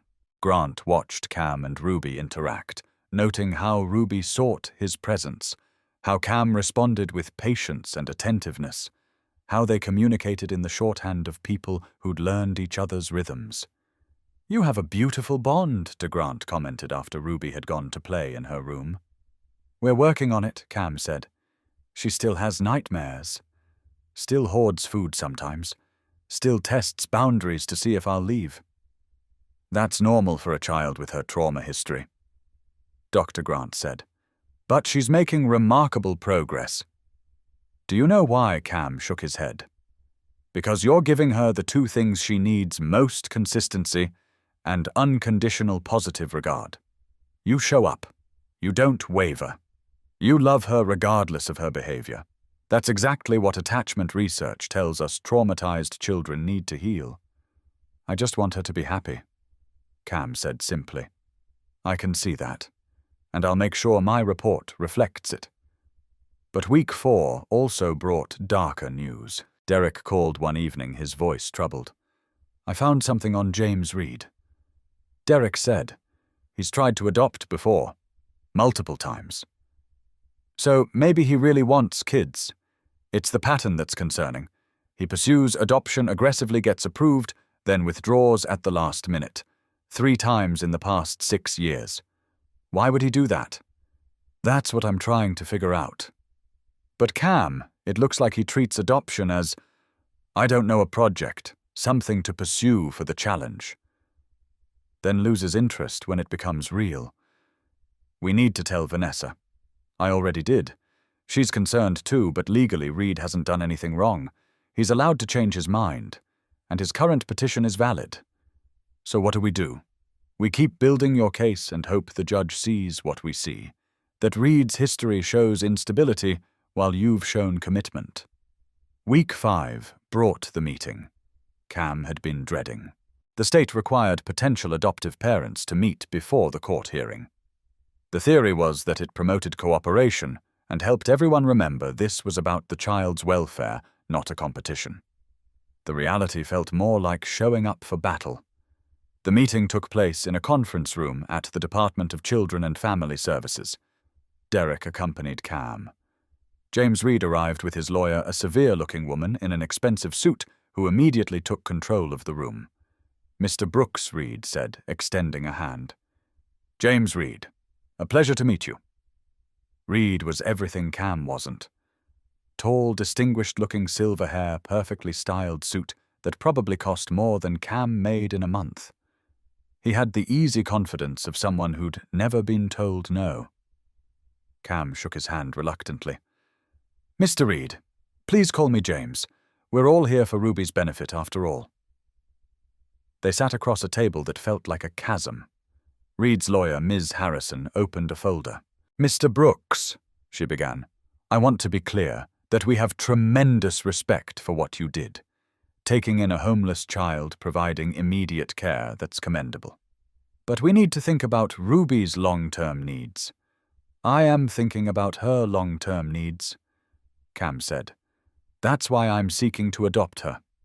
Ms. Harrison smiled thinly. "With all due respect, what can you offer her? You work night shifts as a security guard. You live in a modest apartment. You have no family support network, no relevant experience. I offer her love," Cam said. "Consistency. Someone who shows up every day and doesn't give up when things get hard." "Love is wonderful." Reed interjected, his voice smooth as oil. "But children need more than love. They need opportunities. I can provide Ruby with the best schools. Travel, cultural experiences, everything she deserves. She deserves a parent who won't abandon her." Cam shot back. Reed's smile didn't falter. "I'm not sure what you're implying." Derek spoke up. "Mr. Reed, can you explain why you've withdrawn from 3 previous adoption attempts?" Ms. Harrison intervened. "That's irrelevant to this case." "It's extremely relevant," Derek countered. "It speaks to commitment and follow-through." Reed's expression finally showed a crack. Those situations were different. The timing wasn't right. "And what makes the timing right now?" Cam asked. Reed looked directly at Cam. I saw Ruby's story on the news. A child orphaned twice failed by the people who should have protected her. It resonated with me. I lost my wife 2 years ago, and I've been looking for purpose since then. So, Ruby's a project. Cam's voice rose. A way to feel better about yourself. She's a child who deserves every advantage I can give her, Reed said sharply. She's a child who's been bounced between homes and placements and doesn't need another adult who's going to walk away when it gets inconvenient. The room fell silent. Cam's hands were shaking. Derek put a warning hand on his arm. Gentlemen, Vanessa said, having sat quietly through the exchange. This isn't productive. The judge will make the final decision based on Ruby's best interests. I suggest we all focus on demonstrating our commitment through our actions, not our words. After the meeting, Cam felt sick. Derek tried to reassure him. You did fine. You were passionate, and that counts for something. He can give her everything I can't. Cam said hollowly. He can give her money and things. You're giving her yourself. That's infinitely more valuable. But Cam couldn't shake the fear that it wouldn't be enough. That evening, Ruby noticed something was wrong. You're sad, she observed. Just worried, Cam admitted. About the other man? The one who wants to adopt me. Cam was constantly amazed by how much this child picked up on. Yeah. About him. Ruby climbed into Cam's lap, a rare gesture of comfort that she usually reserved for after nightmares. I don't want to go with him. I don't even know him. I know, sweetheart. He's a stranger. You're my dad. Those words, you're my dad, gave Cam strength he didn't know he had. We're going to fight, Ruby, as hard as we can. And if we lose, Cam pulled her closer. We won't. We can't. But week 6 brought another blow. Derek called with news. Reed's home study came back perfect. Beautiful house, financial stability, excellent references. And he's offering to pay for Ruby's therapy private school college fund. Of course he is, Cam said bitterly. There's more. He's pushing for the hearing to be moved up, wants to fast-track the process. Can he do that? His lawyer is arguing that every day Ruby spends in temporary placement instead of a permanent home is harmful to her development. The judge might agree. So when 3 weeks, the hearing is in 3 weeks, Cam felt the world tilt. That soon, which means we need to prepare. I'm going to coach you on what to say, what not to say. And we need Ruby ready to testify if it comes to that. She's 7 years old, and she's the most important witness we have. If she can tell the judge how she feels, that carries enormous weight. Over the next week, Cam threw himself into preparation. Dr. Grant worked with Ruby, gently preparing her for what might happen in court. Teresa wrote a detailed letter about the transformation she'd witnessed. Ruby's teacher submitted a report noting significant academic and social progress. But the opposition was building too. Reed's resources allowed him to hire investigators who compiled a report on Cam. Nothing damaging, but the subtext was clear. This is what we're comparing: a wealthy, stable, experienced professional versus a working-class, grieving, inexperienced widower. The final week before the hearing, Ruby had the worst nightmare yet.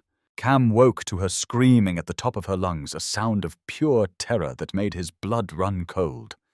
He rushed to her room and found her sitting up in bed, eyes wide and unseeing. Don't make me go. Please don't make me go. I'll be good. I promise, Ruby, Cam said firmly, sitting on her bed and taking her shoulders gently. Look at me. Open your eyes. Her eyes focused slowly on his face. Where am I home? You're home with me, but the dream, the man he was taking me away, and you couldn't stop him. That's not going to happen, Cam said fiercely. How do you know? Ruby's voice broke. How do you know he won't win? And Cam realized he couldn't promise her that. He couldn't guarantee the outcome. All he could offer was truth. I don't know what the judge will decide, he said honestly. But I know this, I will fight for you with everything I have. And no matter what happens, you're not alone. I won't abandon you. Ruby threw her arms around his neck and sobbed. I don't want anyone else. I want you. You're my dad. Cam held her while she cried, his own tears falling into her hair. You're my daughter, he whispered. Always. No matter what any court says. The week before the hearing, Ruby stopped eating. Not completely, but enough to be noticeable. She picked at her food, moving it around her plate without consuming it. Her nightmares intensified, coming multiple times per night. Dark circles appeared under her eyes. Ruby, you have to eat, Cam said gently at dinner one night. I'm not hungry. You've barely eaten all day. My stomach hurts. Cam recognized anxiety when he saw it. He'd lived with it himself for 3 years after Elena died. Come here. Ruby climbed into his lap, and Cam wrapped his arms around her small frame. Talk to me. Tell me what's going on in your head. What if the judge picks him? Ruby's voice was tiny. What if I have to go live in that big house with the stranger? Then we'll figure it out. But Ruby, you have a voice too. The judge is going to ask you what you want. But I'm just a kid. What if what I want doesn't matter? Cam's heart broke. It matters. You matter. Everything about you matters. Ruby was quiet for a moment. Then Cam, if I have to go with him, will you forget about me? The question destroyed him. He turned Ruby around so she was facing him, made sure she could see his eyes. Listen to me very carefully. There is no scenario in which I forget about you. If the absolute worst happens and you have to live somewhere else, I will visit you every single time they let me.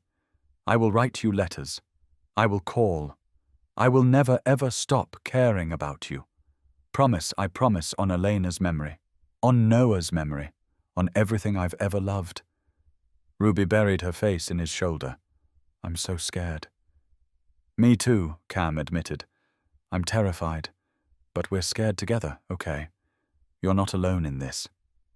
That night, around 3 a.m., Cam heard sounds from Ruby's room. Not screaming this time, but quiet crying. He found her packing her purple backpack, the one she'd had that first night. Ruby, what are you doing? She looked up, tears streaming down her face. Getting ready. So when they take me away, I won't make them wait. Cam felt something break inside him. Oh, sweetheart, come here. He sat on the floor, and Ruby crawled into his lap, still clutching the backpack. Remember when you first came here? Cam asked. You didn't trust me. You were ready to run at any second. Ruby nodded against his chest. And now, look at us. You call me Dad. You know I'll keep you safe. You're not packing to run away. You're packing because you're afraid of being taken away. That's different. It means you've learned to trust, to love, to attach. And Ruby, that's everything. That's the whole point. Whether you live here or somewhere else, you've learned that you're worth loving, that you can have a home. But I want my home to be with you, Ruby sobbed. Cam held her tighter. I want that too, more than anything. And we're going to walk into that courtroom, and we're going to fight for it. But what if we lose? Then we don't stop loving each other. Geography doesn't change that. Custody doesn't change that. You're my daughter in my heart, and no judge can take that away. Ruby pulled back to look at him. Really? Really? You're stuck with me loving you forever. A small smile broke through her tears. Forever, forever. Can I sleep in your room tonight? I don't want to be alone. Of course.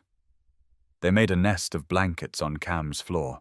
Ruby curled up against him, and Cam wrapped his arm around her protectively. Dad? Ruby whispered into the darkness. Yeah, baby. Thank you for stopping that night. Thank you for not walking away. Cam's voice was rough when he answered. Thank you for letting me stay. They fell asleep like that, a broken man and a broken child holding each other together, both terrified of what morning would bring, but determined to face it side by side. The night before the hearing, Derek came over to prep Cam one final time. Be honest, Derek advised. Don't try to be perfect. Admit your limitations, but emphasize your commitment. And Cam, if they ask about Elena and Noah, don't run from it. Your loss is part of what makes you understand Ruby's pain. After Derek left, Cam and Ruby sat on the couch together. Ruby was quiet, withdrawn. What are you thinking about? Cam asked. What I'm going to say tomorrow, if they ask me questions. Just tell the truth. That's all anyone can do. Ruby leaned against him. What if the truth isn't enough? Then the truth isn't enough, Cam said quietly. But we'll still have told it. And we'll still have each other in whatever way we're allowed. Ruby was silent for a long moment. Then she said something that made Cam's breath catch. Grandma Ruth used to say that fear doesn't mean you stop loving. It means you love enough to be afraid of losing it. Your grandma was very wise. I'm afraid, Dad. I'm so afraid of losing you. Cam pulled her close, feeling his own fear mirror hers. I'm afraid too. But tomorrow we walk in there holding hands. And whatever happens, we walk out the same way. Ruby nodded against his shoulder. Together, together. Cam confirmed. Always together. That night, for the first time in weeks, Ruby slept through without nightmares. Cam stayed awake watching over her, memorizing her face in the dim light, praying to Elena and Noah and any force in the universe that might be listening. Please, he thought, please let me keep her. Please let us be a family.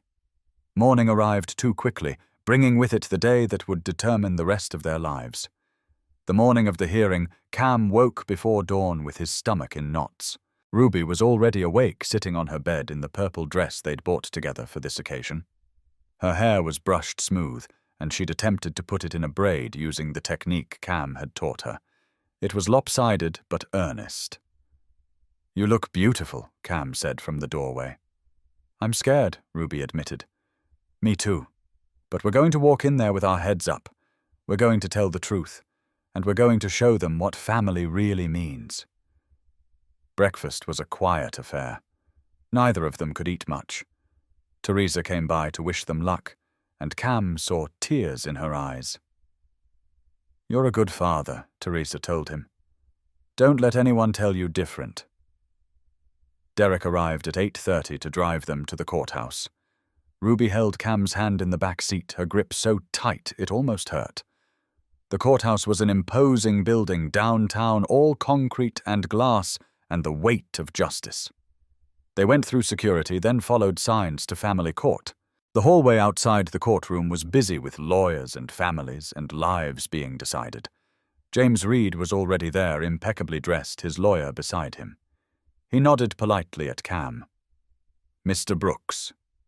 Ruby. He attempted a warm smile at Ruby, but she pressed closer to Cam and looked away. Don't talk to her, Cam said quietly but firmly. Reed's lawyer stepped forward. Mr. Brooks, we're all here for the same reason. No, Cam interrupted. We're not. You're here to win a case. I'm here to keep my daughter. Before Ms. Harrison could respond, Derek put a hand on Cam's arm. Let's wait inside. The courtroom was smaller than Cam expected. Wood paneling, a judge's bench tables for the opposing parties, a section for witnesses. It smelled like old paper and furniture polish, and the anxiety of everyone who'd ever waited for a verdict. Judge Patricia Morales entered, and everyone stood.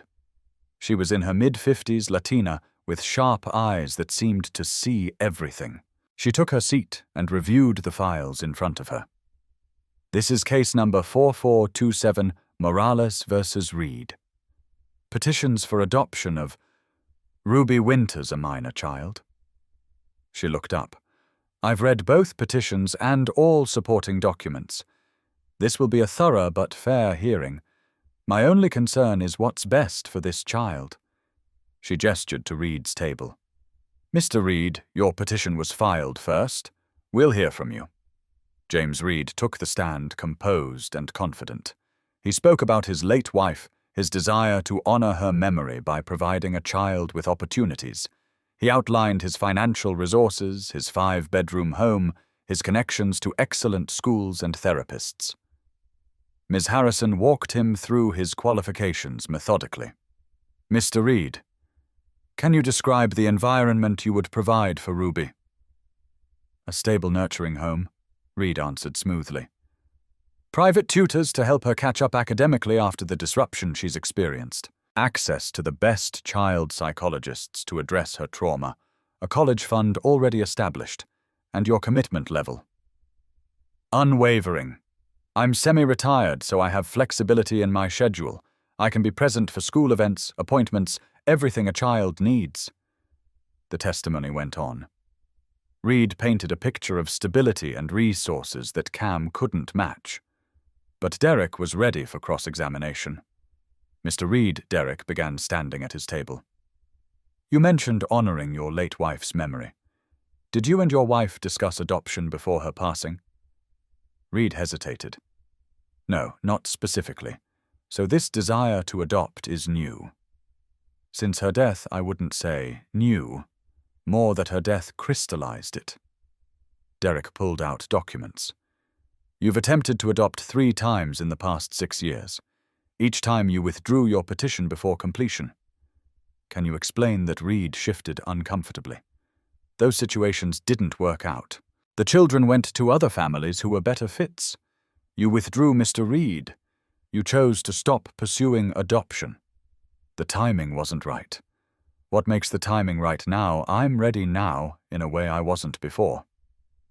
Derek let that hang in the air. Or is it that you saw Ruby's story on the news and were moved by the publicity, the idea of being a savior? Reed's jaw tightened. That's not accurate. But you did see her story on the news, yes? And you called child services the very next day. I saw a child in need and wanted to help. Did you consider that Ruby already had someone helping her, that she was bonding with Mr. Brooks? I considered that she deserved the best possible home. Derek sat down, and Cam could see the seed of doubt planted. Next, Vanessa Cole testified as the assigned caseworker.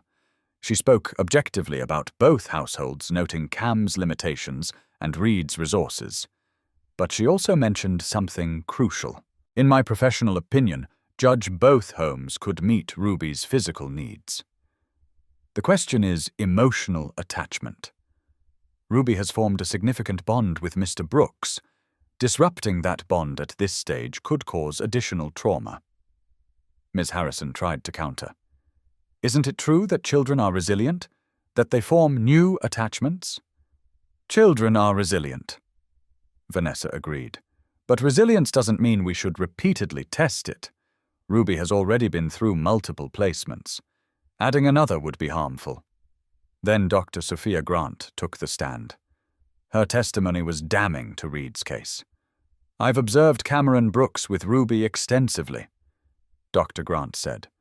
What I've seen is a textbook example of secure attachment formation. Ruby seeks Cam for comfort. She trusts him with her fears. She's begun to heal in ways that are remarkable given her trauma history. But couldn't she form that attachment with Mr. Reed? Ms. Harrison asked. Possibly, Dr. Grant said. But attachment isn't automatic. It requires consistency, attunement, and time. Ruby is currently in a critical window of healing. Disrupting her primary attachment figure now could undo months of progress. After Dr. Grant came Teresa Abbott, Ruby's teacher, Cam's work supervisor. Each testified to Cam's character, his commitment, the visible changes in Ruby. Finally, Judge Morales said, I'd like to hear from Cameron Brooks. Cam's legs felt unsteady as he took the stand. He'd never been more terrified. He placed his hand on the Bible and swore to tell the truth, then sat in the chair that suddenly felt like it was under a spotlight. Derek stood. "Mr. Brooks, can you tell the court about the night you found Ruby?" Cam took a breath. "It was Christmas Eve just after midnight. I was heading to work and saw her searching through a dumpster for food.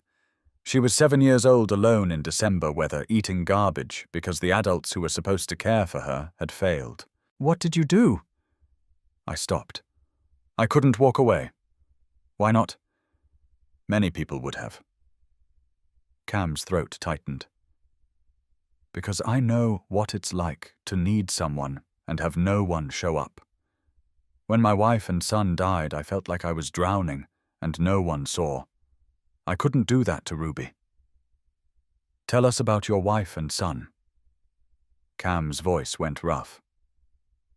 "Elena died during childbirth 3 years ago. Our son Noah died with her. They had their whole lives ahead, and in an hour, it was all gone." "How did that experience prepare you to care for Ruby?" "It didn't," Cam said honestly. "Nothing prepares you for something like this. But it taught me about loss, about grief, about surviving when you don't think you can. And Ruby knows those things too. We understand each other." Derek walked him through the past 2 months. The nightmares, the food hoarding, the small victories. Cam spoke honestly about his mistakes, his learning curve, his limitations. Then Ms. Harrison stood for cross-examination. Her eyes were sharp. "Mr. Brooks, you're a security guard, working night shifts. How do you plan to supervise a child on that schedule?" "I've already spoken to my supervisor about switching to day shifts. It's arranged. What about your income? Can you provide for Ruby's needs?" "We have enough. Maybe not for private schools or tutors, but enough for food, clothes, a safe home. You live in a 2-bedroom apartment. Mr. Reed has a 5-bedroom house with a yard." "A bigger house doesn't make a better home," Cam said quietly. Ms. Harrison changed tactics. "You lost your wife and child 3 years ago. Have you addressed your own trauma? Are you emotionally stable enough to care for a traumatized child?" Cam met her eyes. "I've been in therapy for 2 years. I'm not perfect, I still have hard days, but I show up for Ruby every single day, and I always will. Even if it's hard, especially when it's hard.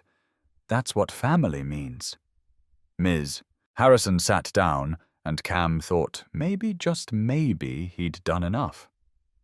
Then Judge Morales spoke. "I'd like to speak with Ruby. Bring her up, please." Ruby walked to the witness stand, small and brave in her purple dress. She looked at Cam, who gave her an encouraging nod. Judge Morales smiled gently at her. "Hi, Ruby. I'm Judge Morales. I know this is scary, but I just want to ask you a few questions." "Okay." Ruby nodded, her voice tiny. "Okay. Do you understand why we're all here today? To decide where I'm going to live?" "That's right. And I want to know how you feel about that." "Can you tell me?" Ruby took a breath, and Cam watched her gather courage he didn't know she had. "I feel scared," she said, "because I finally found a home, and I don't want to lose it." "Tell me about your home." Ruby's voice grew steadier. "Cam." "Dad, he makes me breakfast, even though he burns it sometimes. He reads me stories every night. He stays with me when I have nightmares, and he never gets mad, even when I wake him up 3 times. He taught me how to braid hair, and we go grocery shopping together, and he lets me pick 3 cereals instead of just the cheap kind." Judge Morales listened intently. "What about Mr. Reed? He can offer you many things. A big house, nice schools." "But I don't know him," Ruby said simply. "And he doesn't know me. He doesn't know that I'm scared of the dark, or that I hoard food sometimes because I'm afraid it'll run out. He doesn't know that Grandma Ruth's favorite color was purple, or that I like dinosaur stories, or that I still have nightmares about not being able to wake her up. Who knows those things Dad does? He knows everything about me because he pays attention. Judge Morales leaned forward. Ruby, what would you say is the most important thing about a home? Ruby thought carefully. Love, she said finally. Not the kind that goes away when things get hard. The kind that stays. And where do you feel that love? Ruby looked directly at Cam, and her next words were clear as bells. With my dad. He chose me, and he keeps choosing me every single day. Judge Morales removed her glasses and set them on the bench. The courtroom held its collective breath. I've been presiding over family court for 15 years, she began. In that time, I've seen hundreds of adoption cases. I've placed children in homes with every advantage, wealth, education, two-parent families, extensive resources. Cam's heart sank. This was it. He was losing. But the judge continued. I've also seen children placed in perfect situations on paper who never thrived. And I've seen children placed in modest circumstances who bloomed beyond all expectations. She picked up Ruby's file. Ruby Winters has been failed repeatedly. By a mother who abandoned her, by a state that bounced her between placements, by adults who saw her as a burden instead of a blessing. Judge Morales looked at Reed. Mr. Reed, I don't question your intentions. Your resources are impressive. You could provide Ruby with material advantages Mr. Brooks cannot match. Reed's lawyer looked confident. However, the judge's voice hardened. I am deeply troubled by your pattern of pursuing and abandoning adoption attempts. 3 times you've started this process. 3 times you've withdrawn. That suggests adoption is more about your needs than about commitment to a child. Reed's face flushed. The judge turned to Cam. Mr. Brooks, your situation is far from ideal. Limited income, 1-parent household, no formal training. On paper, you're exactly the kind of placement I'd usually question. Cam felt Ruby's hand slip into his under the table. But Judge Morales said, her voice softening, I didn't become a family court judge to place children on paper. I became a judge to place children in homes where they'll be loved, protected, and given the chance to heal. She looked directly at Ruby. This child stood before me and told me what she needs. Not a big house or private schools. She needs someone who stays. Someone who knows that love means showing up when it's 3 a.m. and you're exhausted. Someone who sees her not as a project, but as a daughter. The judge's eyes moved to Cam. Mr. Brooks, in 2 months, you have given Ruby what she's been searching for her entire life, a parent who won't leave. Tears were streaming down Cam's face. Judge Morales picked up her gavel. By the power vested in me by this court, I hereby grant the petition for adoption filed by Cameron Brooks. Effective immediately. Cameron Brooks is the legal parent of Ruby Brooks. The gavel came down with a sound like thunder, like finality, like the ending of one story and the beginning of another. Ruby launched herself at Cam, wrapping her arms around his neck. We did it! We won! Cam held her tight, unable to speak through the tears. He looked over Ruby's head and saw Derek grinning, Teresa crying happy tears in the gallery, even Vanessa smiling. James Reed stood and left without a word, his lawyer gathering papers quickly. But Cam barely noticed. His whole world was the small girl in his arms, who was finally legally, permanently his. Judge Morales smiled. Congratulations, Mr. Brooks. Ruby, I wish you both every happiness. Thank you. Cam managed. Thank you. As they left the courtroom, Ruby held Cam's hand on one side and carried her purple jacket on the other. Derek met them in the hallway with papers to sign official documents that made it real. How does it feel to be legally adopted? Derek asked Ruby. Ruby thought about it seriously. The same, but different. Like it's official now that we're family. You were always family, Cam said. This just makes it so no one can take you away. They celebrated that night with their traditional Chinese takeout, this time with Derek, Teresa, and Dr. Grant joining them. Ruby sat at the head of the table, glowing with happiness, wearing her purple jacket over her dress because she wanted both parts of her story represented where she'd been and where she was going. Around midnight, after everyone had left, and Ruby was tucked into bed, Cam stood in her doorway watching her sleep. She looked peaceful in a way she never had those first weeks, her face relaxed. Her hand curled loosely around her stuffed dinosaur. "Good night," Ruby Brooks, Cam whispered. "My daughter." And somewhere in the space between Earth and whatever comes after, Cam felt Elena's presence like a warm blanket. He imagined her smiling, imagined her saying, "I always knew you'd be an amazing father. You just needed the right moment." "Thank you," he whispered to the universe, to Elena, to whatever force had brought Ruby into his life. "Thank you for giving me a second chance at family." The days after the adoption were a blur of happiness and adjustment. Cam had the adoption certificate framed and hung in the living room. Ruby's artwork covered the refrigerator. Their apartment transformed from a place Cam existed into a home where they lived. Ruby still had nightmares, but less frequently. She still hoarded some food, but the stash on her shelf stayed steady instead of growing. She still asked for reassurance that Cam wasn't leaving, but the asking grew further apart. One evening, about a week after the adoption, Ruby presented Cam with something she'd been working on in art therapy. It was a drawing in careful colored pencil, two people holding hands in front of a house with yellow curtains. Flowers in the garden, both figures smiling. At the top, in Ruby's careful letters, "My forever family." But there was something else in the picture. A third figure, smaller, standing beside them with a halo sketched above its head. "Who's that?" Cam asked, though his heart already knew. "That's Noah," Ruby said. I thought maybe he'd want to be part of our family too, even though he's in heaven with Grandma Ruth and Elena." Cam's eyes burned with tears. He pulled Ruby into his lap. "He is part of our family. He always will be. Do you think they're watching us?" "Grandma Ruth and Elena and Noah?" "I hope so," Cam said. "I hope they see how happy we are." Ruby leaned against his chest.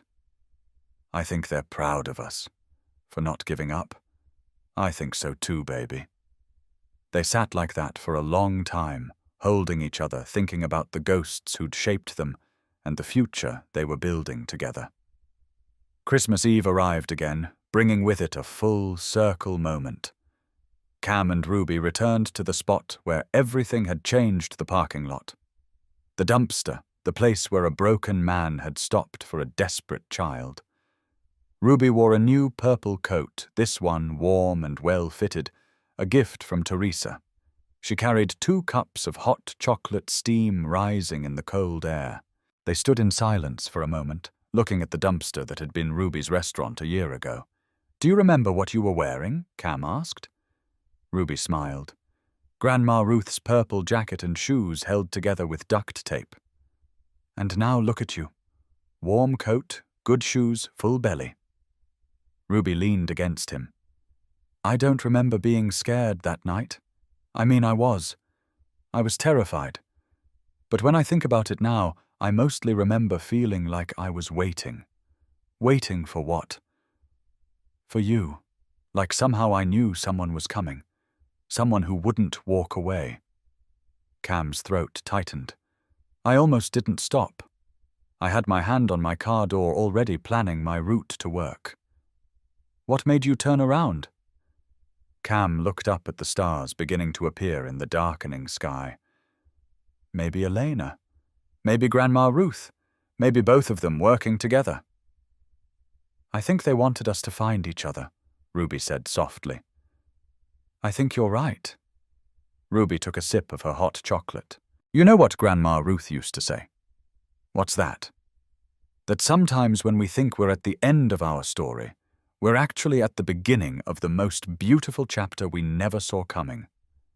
Cam felt tears prick his eyes. Your grandma was very wise. They stood together watching the snow begin to fall, thinking about the journey that had brought them here.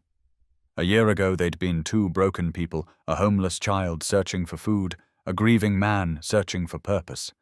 Now they were family whole in their brokenness, healed in their love for each other. "Ready to go home?" Cam asked. Ruby grinned. "Yeah. Our tradition dinner of Chinese takeout awaits. And you promised we could watch that movie where the kid gets left behind." Home Alone is a classic, Cam defended. "It's ridiculous. What kind of parents forget their child? The kind in movies. Real parents remember. Real parents show up. Real parents stay." "Like you," Ruby said, slipping her hand into his. "Like us," Cam corrected. "We stay for each other." As they walked back to the car, Ruby looked back at the dumpster one more time. "Bye," she whispered. "Thanks for being where I needed to be that night." Cam understood. She was saying goodbye to the girl she'd been thanking her for surviving long enough to be found, acknowledging the journey while embracing the destination. That night, as Cam tucked Ruby into bed in her purple-painted room filled with books and artwork and love, she asked the question she sometimes asked when she needed reassurance. "Dad, do you believe in fate?" "I do now," Cam said. Ruby smiled. "Me too. I was meant to search that dumpster that night. You were meant to see me. We were meant to save each other." Cam kissed her forehead. "Sweet dreams, Ruby Brooks. Sweet dreams, Dad." As Cam turned off the light, leaving only the nightlight's gentle glow, he thought about the past year, about how one moment of choosing to stop instead of walking past had changed everything, about how saving someone else had been exactly what he needed to save himself. He thought about Elena and Noah, about the family he'd lost and the one he'd found. Different but equally precious. Not a replacement, but a continuation of love, an expansion of heart. Sometimes the most beautiful families aren't the ones we're born into, Cam thought. They're the ones we choose in our darkest moments. The ones we build with commitment and patience and love that refuses to quit. Ruby was his daughter, not by blood but by choice. By every morning he made breakfast, and every night he read stories, and every nightmare he sat through without complaining. By grocery shopping trips, and burnt pancakes, and lopsided braids, and showing up even when it was hard. Family, Cam had learned, wasn't about perfection. It was about presence, about staying through the nightmares, and the food hoarding, and the fear. About loving someone, not despite their broken pieces, but including them, honoring them, making space for them to heal. Cam looked at the photo on Ruby's dresser. The one from her adoption day. Both of them grinning, holding the certificate starting there forever. Beside it, Ruby had placed a smaller frame with a picture of Gloria and in a place of honor, the family photo from Cam's wedding with Elena. Past and present living together. All the love that had shaped them honored and remembered. That's the truth that left Cam stunned a year ago and still amazed him every day. Love doesn't replace love. It multiplies. Hearts don't have limited capacity. They expand to hold everyone who matters. He'd found Ruby searching through trash on Christmas Eve, desperate and alone. She'd found him walking through life like a ghost, existing but not living. And together, they'd found home. Friends, if Cam and Ruby's story moved you tonight, let it be more than a moment of feeling. Let it be a reminder of the power we all carry. One decision. One moment of choosing to stop instead of walking past. One act of seeing someone when the world has made them invisible.